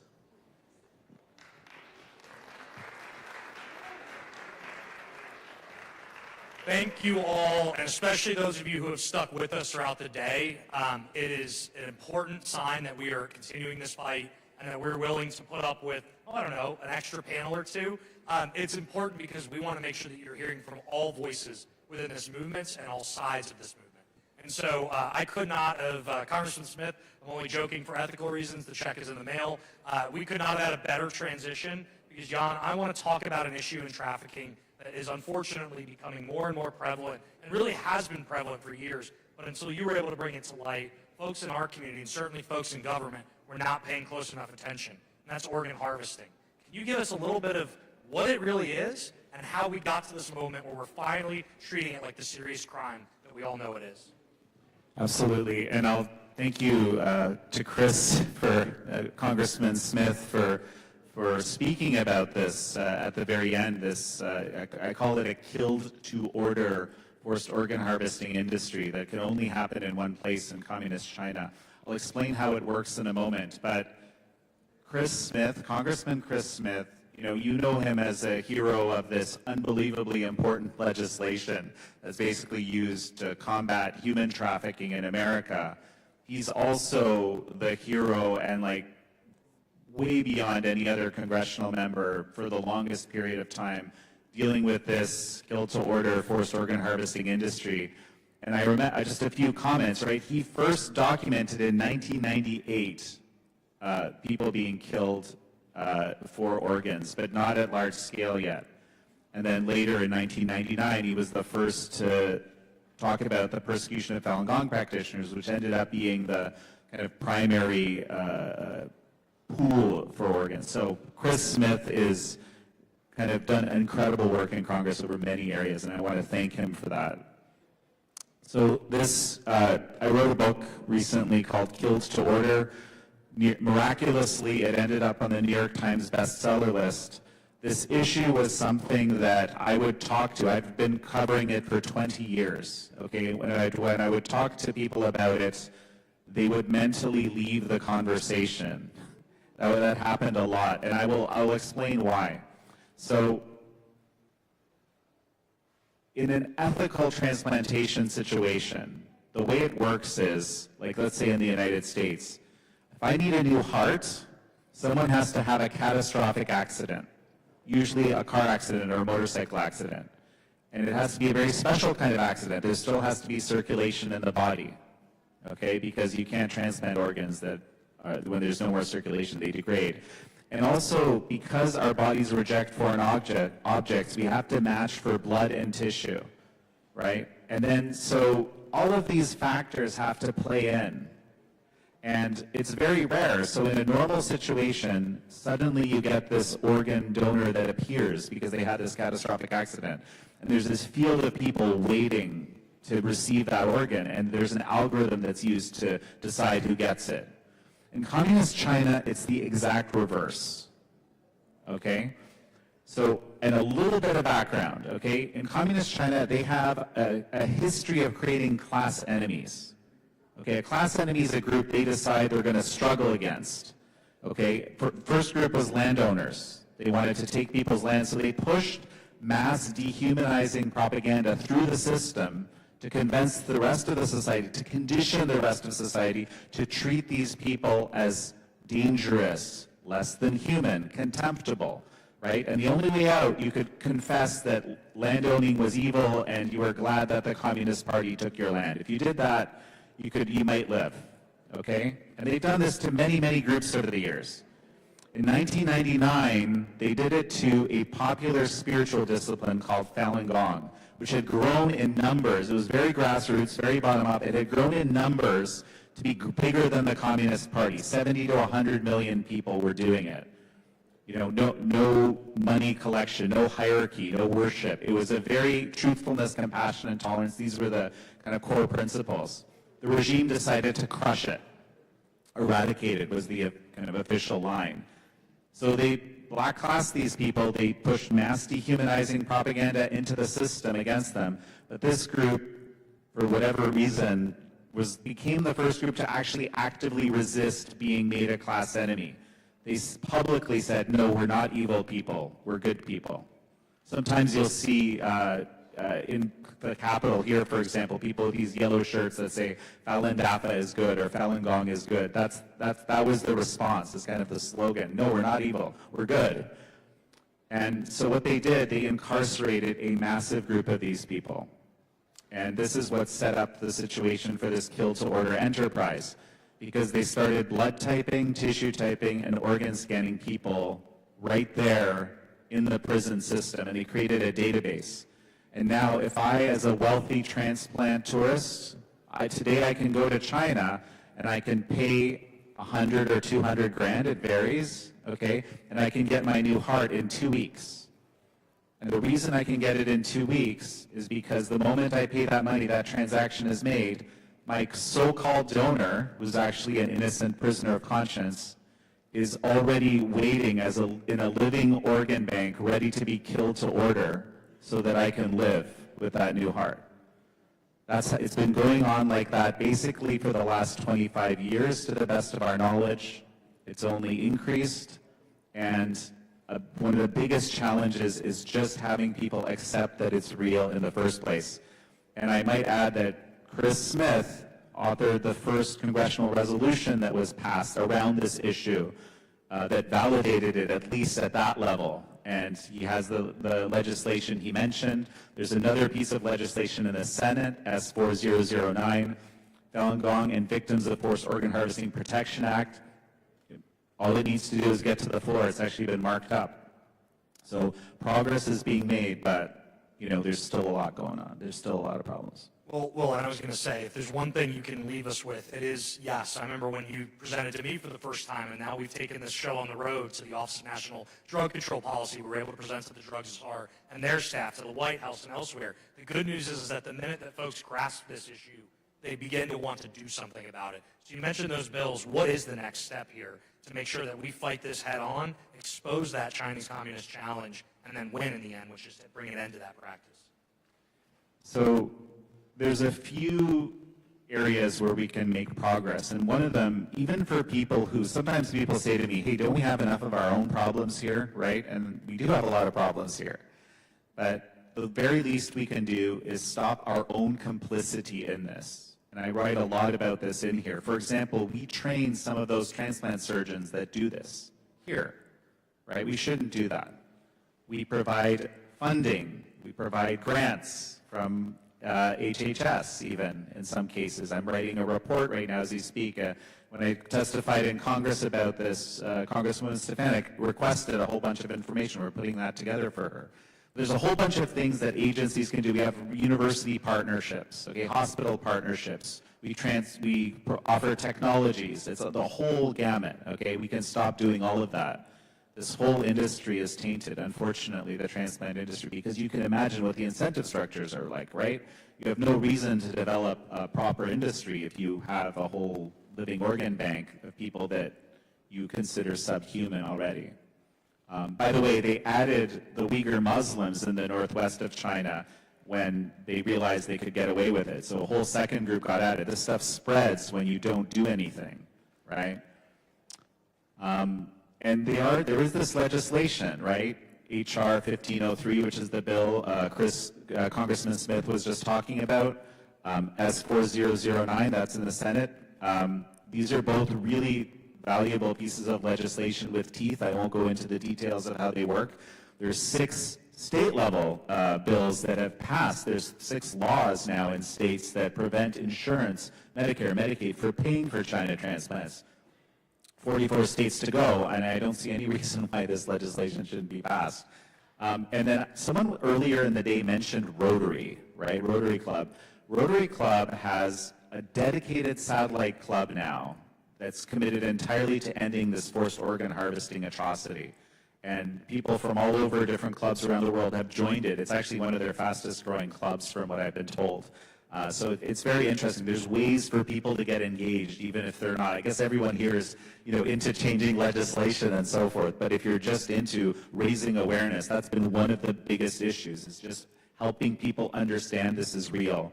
And this has been one of their tools. So I've actually become a Rotarian recently because they asked to use this book as one of their educational materials. You can get it at killedtoorder.com, by the way, if you're interested. And I highly suggest you do so. It is one of the most difficult, but also you give us a charge to action in the book that is so valuable. So thank you, Jan. Thank you for what you're doing. Thank you for the willingness to bring this fight forward, especially when it wasn't easy, and we're only going to continue to move in that direction.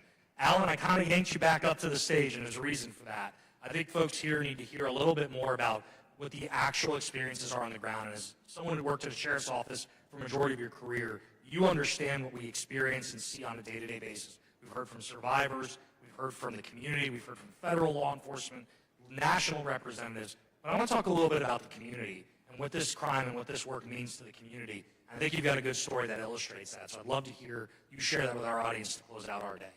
Awesome. Thank you, Frank. And I'm in the enviable place of being between you and getting out of here. So that's not a very decent place to be. Thank you, Frank. I appreciate that.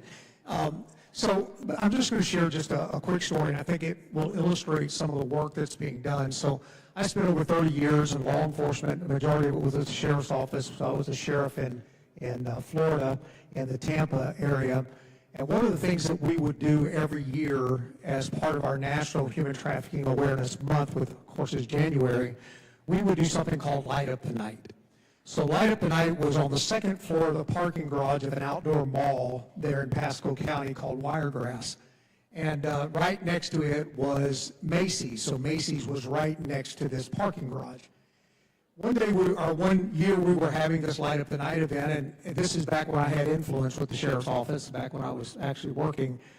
We would have survivors that would speak. We would do a helicopter flyover. It would light up the crowd as Light Up the Night, and law enforcement would turn all the lights on. The red and blues would be going on the second floor of this parking garage.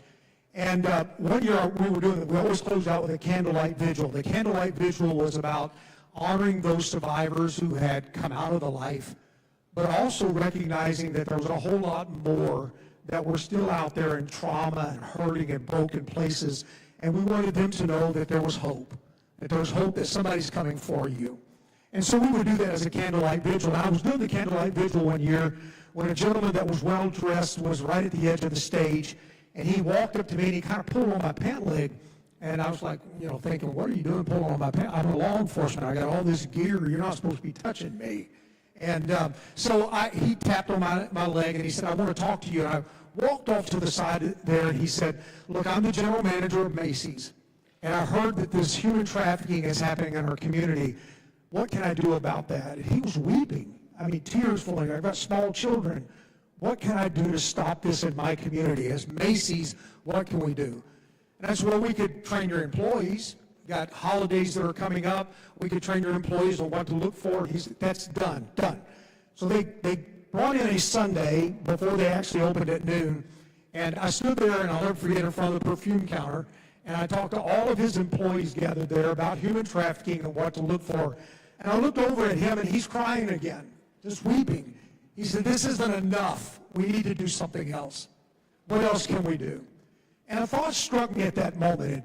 In our county and in our area, we had 2 safe homes for minors who had been victims of human trafficking. We had a home for girls that had about 8 girls that were there, and these 8 girls had the most traumatic stories you would ever imagine. The things that had happened to them would make you sick at your stomach. And yet here they are in that safe home. While we're enjoying life, they're trying to recover their childhood. We also had a home for boys. That home was actually founded by Kevin Malone, my good friend. That's actually where we first met. He came to our county, sat down at the sheriff's office and said, we want to put a home for boys in your county. And a lot of counties have said, we don't want a home for boys. They use up resources, but we're asking if Pasco County, and I said, absolutely, Pasco County will support your efforts for this home for boys. This home for boys was called Heroes House. And so we had a home for boys, we had a home for girls, safe homes for these minor victims of human trafficking. What can we do for them? I said, let's put a shopping trip together for them at Macy's.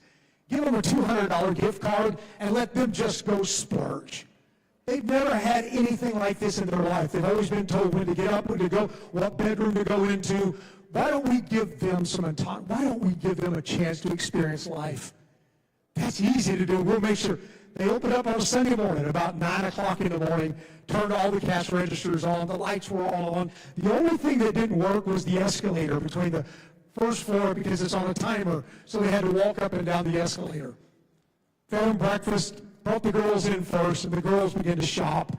I was watching them. I was standing on the second floor looking down that escalator, and I'm watching these girls, and you would not believe the joy on these girls' face. They were picking out jeans and leggings and shirts and shoes and jewelry. They were walking up into the break room, and I sat in the break room and watched them come back in, and they would share it. Look what I got. I got this T-shirt. Oh, you're not going to believe what I got.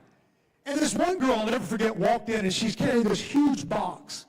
She comes walking in with this box, and almost bigger than she could carry, and she slams it down on the table in front of me at the breakfast area, and I looked at it, it's a box of pots and pans. I thought, out of all the things you could get, pots and pans? She began to cry. Tears streaked down her cheek and dripped off her chin. She said, I've always wanted to be a chef. And today I get to start my dream. The brokenness, the hope, the dream that came from her. The boys came after that.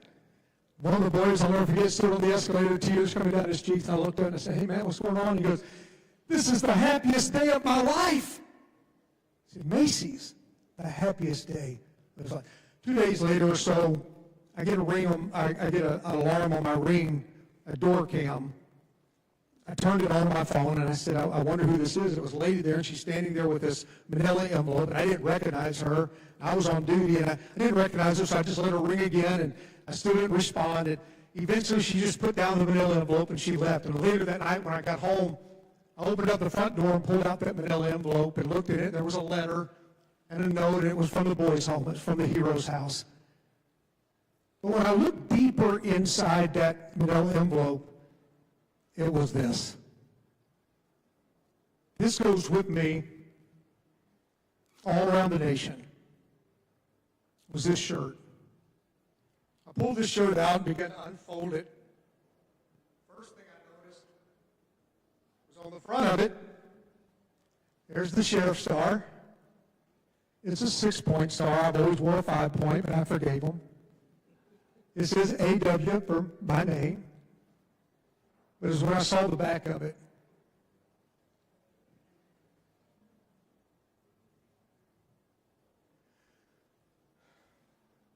And on the back of it is handprints. And the note that came in with the package said simply that these are the actual handprints of the boys. They purposely put the colors in colors you can't see very well. They're subdued because they wanted you to know that nobody sees them. The only people that see them are the ones who are pure in heart. I looked at these handprints and my heart broke inside of me because I recognized that in this broken world that we call human trafficking, all somebody is really looking for at times is for somebody to see them. CPAC, I close today with this simple encouragement. There is no one in the world more positioned to do awesome things than the group that is assembled here when we see them. And I ask you not to see them as troubled kids, and not to see them as runaways and throwaways, as the labels would tell you to see them, but to see them with this understanding: they are fearfully and wonderfully made in the image of their Creator. CPAC, let's see them.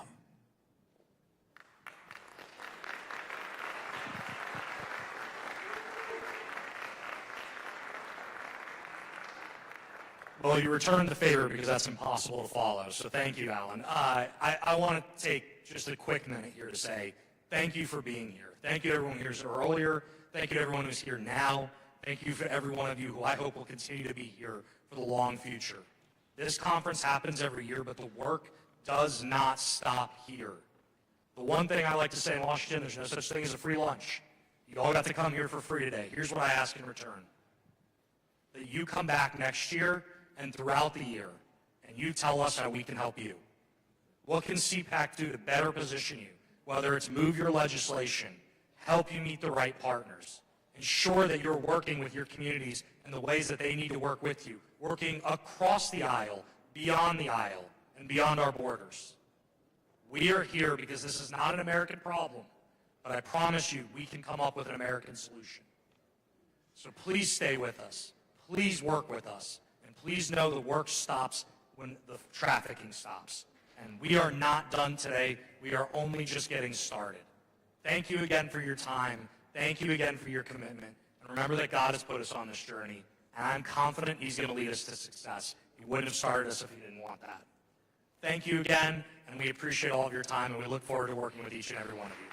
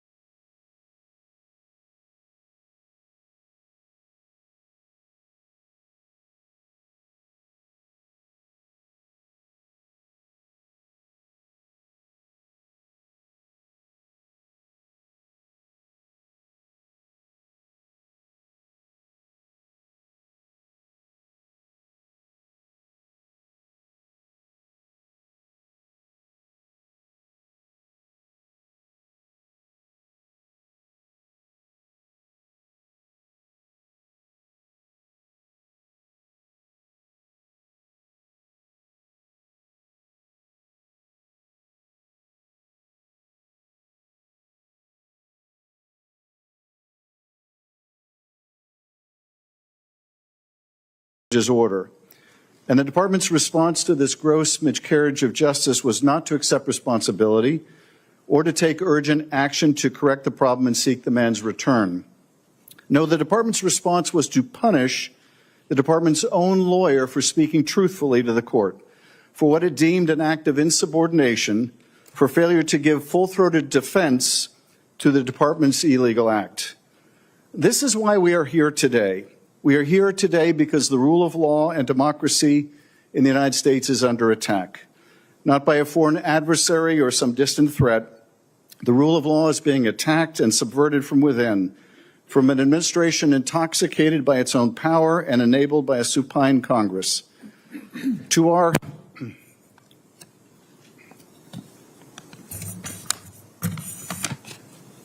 Donald Trump is taking unprecedented steps to bend our justice system to his will, and his administration is moving systematically and swiftly to dismantle the legal pillars that hold up our democracy: the independence of the legal system, the idea of impartial justice, the right to counsel, and the principle that no one, not even a president, is above the law.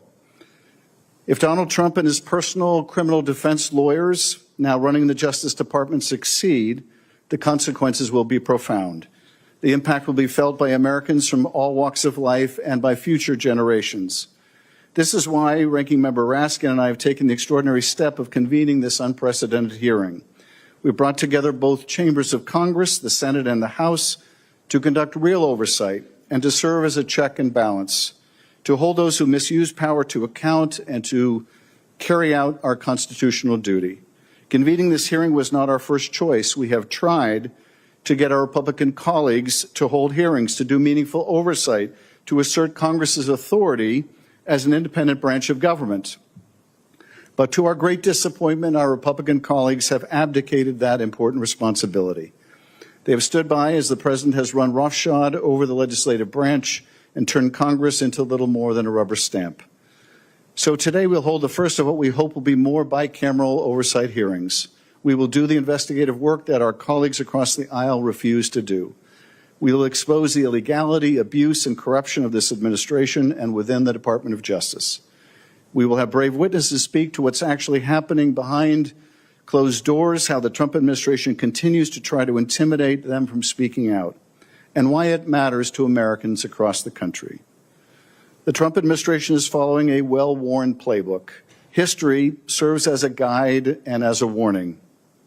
In the 1930s, a Jewish lawyer in Berlin tracked in meticulous detail how Germany gradually became what he called a dual state. First, to keep the country running, the ordinary legal system remained in place for most people. And yet, step by step, a parallel system of governance and law emerged, what one scholar called a lawless zone. A parallel system carry out the will of the leader and to go after his enemies, real or perceived, to punish, to reward, to co-opt, to intimidate, silence, or take over institutions that make a society free and vibrant: the courts, the lawyers, the universities, the press, even businesses. And over time, the emerging authoritarianism would swallow what remained of the rule of law. And now Hungary provides a more present-day warning. Methodically, Viktor Orban has tried to dismantle the independence of Hungary's judicial system, its education system, and free press, undermining democracy while pretending to uphold the law. And we have our own history that we must not forget. In the 1950s, in this very institution, Senator Joseph McCarthy and his enablers wielded the power of the government to go after perceived enemies. Many shamefully did not stand up at the time. Some chose expediency, political gain, or profit. Others thought they could weather the storm by cutting deals or staying silent. If this sounds all too eerily familiar, it is because it is. But there is a silver lining and a reason for hope. Those who defended fellow Americans then are now rightfully viewed as vindicated by history. The courage demonstrated by Americans in decades past and by brave men and women in other countries should serve as our inspiration and a roadmap for standing up for the rule of law, for each other, and for our democracy. Today's hearing, therefore, is a step towards real oversight and accountability. Our witnesses have demonstrated remarkable courage. like Ryan Croswell, who resigned after witnessing, as we all have, the corrupt use of the Department of Justice's prosecutorial power by striking an illicit bargain with the mayor of New York to do the administration's bidding. These witnesses refuse to enable a two-tier system of justice that grants favors and cuts corners for the famous or wealthy. And as we'll hear today, they bravely stood up to ongoing efforts by the Department of Justice to intimidate them from speaking today, including when they planned to send armed marshals to the home of one of our witnesses, Liz Oyer, in order to discourage her from testifying today. These witnesses, like Stacey Young, are supporting others who continue to serve the public interest, continue to be employed by the Department of Justice, and who cannot speak for themselves. One of our witnesses, Rachel Cohen, stood up when her law firm would not, even as other law firms beat a path to the White House to capitulate to the extortionary campaign of the executive branch, even as that campaign weakens the right to counsel, the right of free speech, and the right to take on unpopular causes. Today's witnesses represent the antidote to the collective action problem we have seen when law firms, universities, and other institutions race to the White House to cut their own deals rather than stand on principle. In this defining moment, our institutions must not grovel before power. They must not retreat. They must stand together. They must lead. Law firms, universities, public servants, Congress, each has a unique role, an important role to play. Because a democracy that fails to hold power to account ceases to be a democracy at all.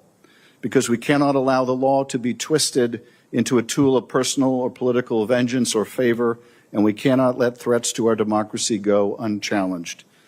Before we introduce the witnesses, let me turn to my colleagues, Ranking Member Raskin and Ranking Member Durbin, both of whom have demonstrated extraordinary leadership during this moment of profound challenge.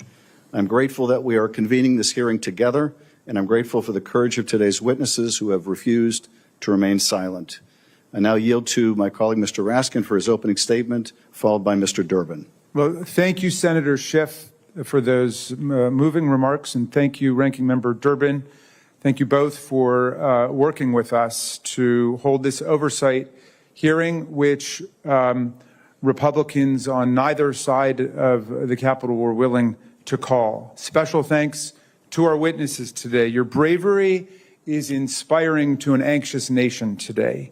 Even in the face of great pressure, each of you has stood tall and held fast to your oath to uphold the Constitution and the integrity of the legal profession.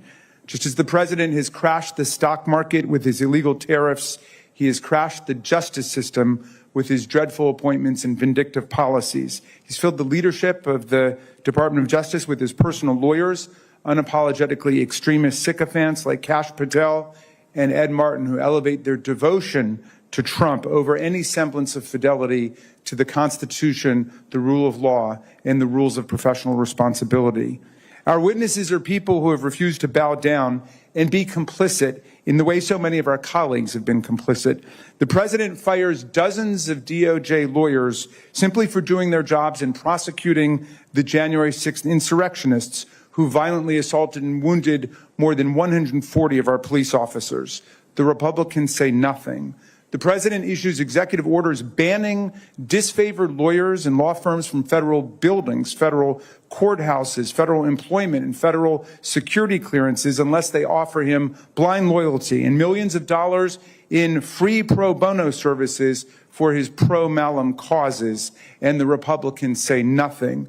Trump sacked 18 inspectors general who saved us $91 billion in actual waste, fraud, and abuse last year. His team gutted the Office of Public Integrity and suspended enforcement of the Foreign Corrupt Practices Act. They withdrew prosecution of New York City Mayor Adams on serious bribery and corruption charges because he formed an alliance with Trump, causing 7 top prosecutors to resign their offices, led by Danielle Sassoon, the U.S. Attorney for the Southern District, who clerked for Justice Scalia and was an active member of the Federalist Society. Our GOP colleagues are silent about these scandalous offenses. But House Republicans are outspoken about this. Many are calling for impeachment of the judges who've rendered 56 preliminary injunctions or temporary restraining orders against this reign of fear and terror. The president and Elon Musk go online and call them radical left rogue judges. Even Judge Boasberg, a pillar of the bar and chief judge of the D.C. District Court, who was first appointed to the bench by President Bush and was Justice Kavanaugh's roommate at Yale. We have only impeached 15 judges in the entire history of the United States, always for corruption offenses, bribery, tax evasion, habitual drunkenness, not even occasional drunkenness, habitual drunkenness, never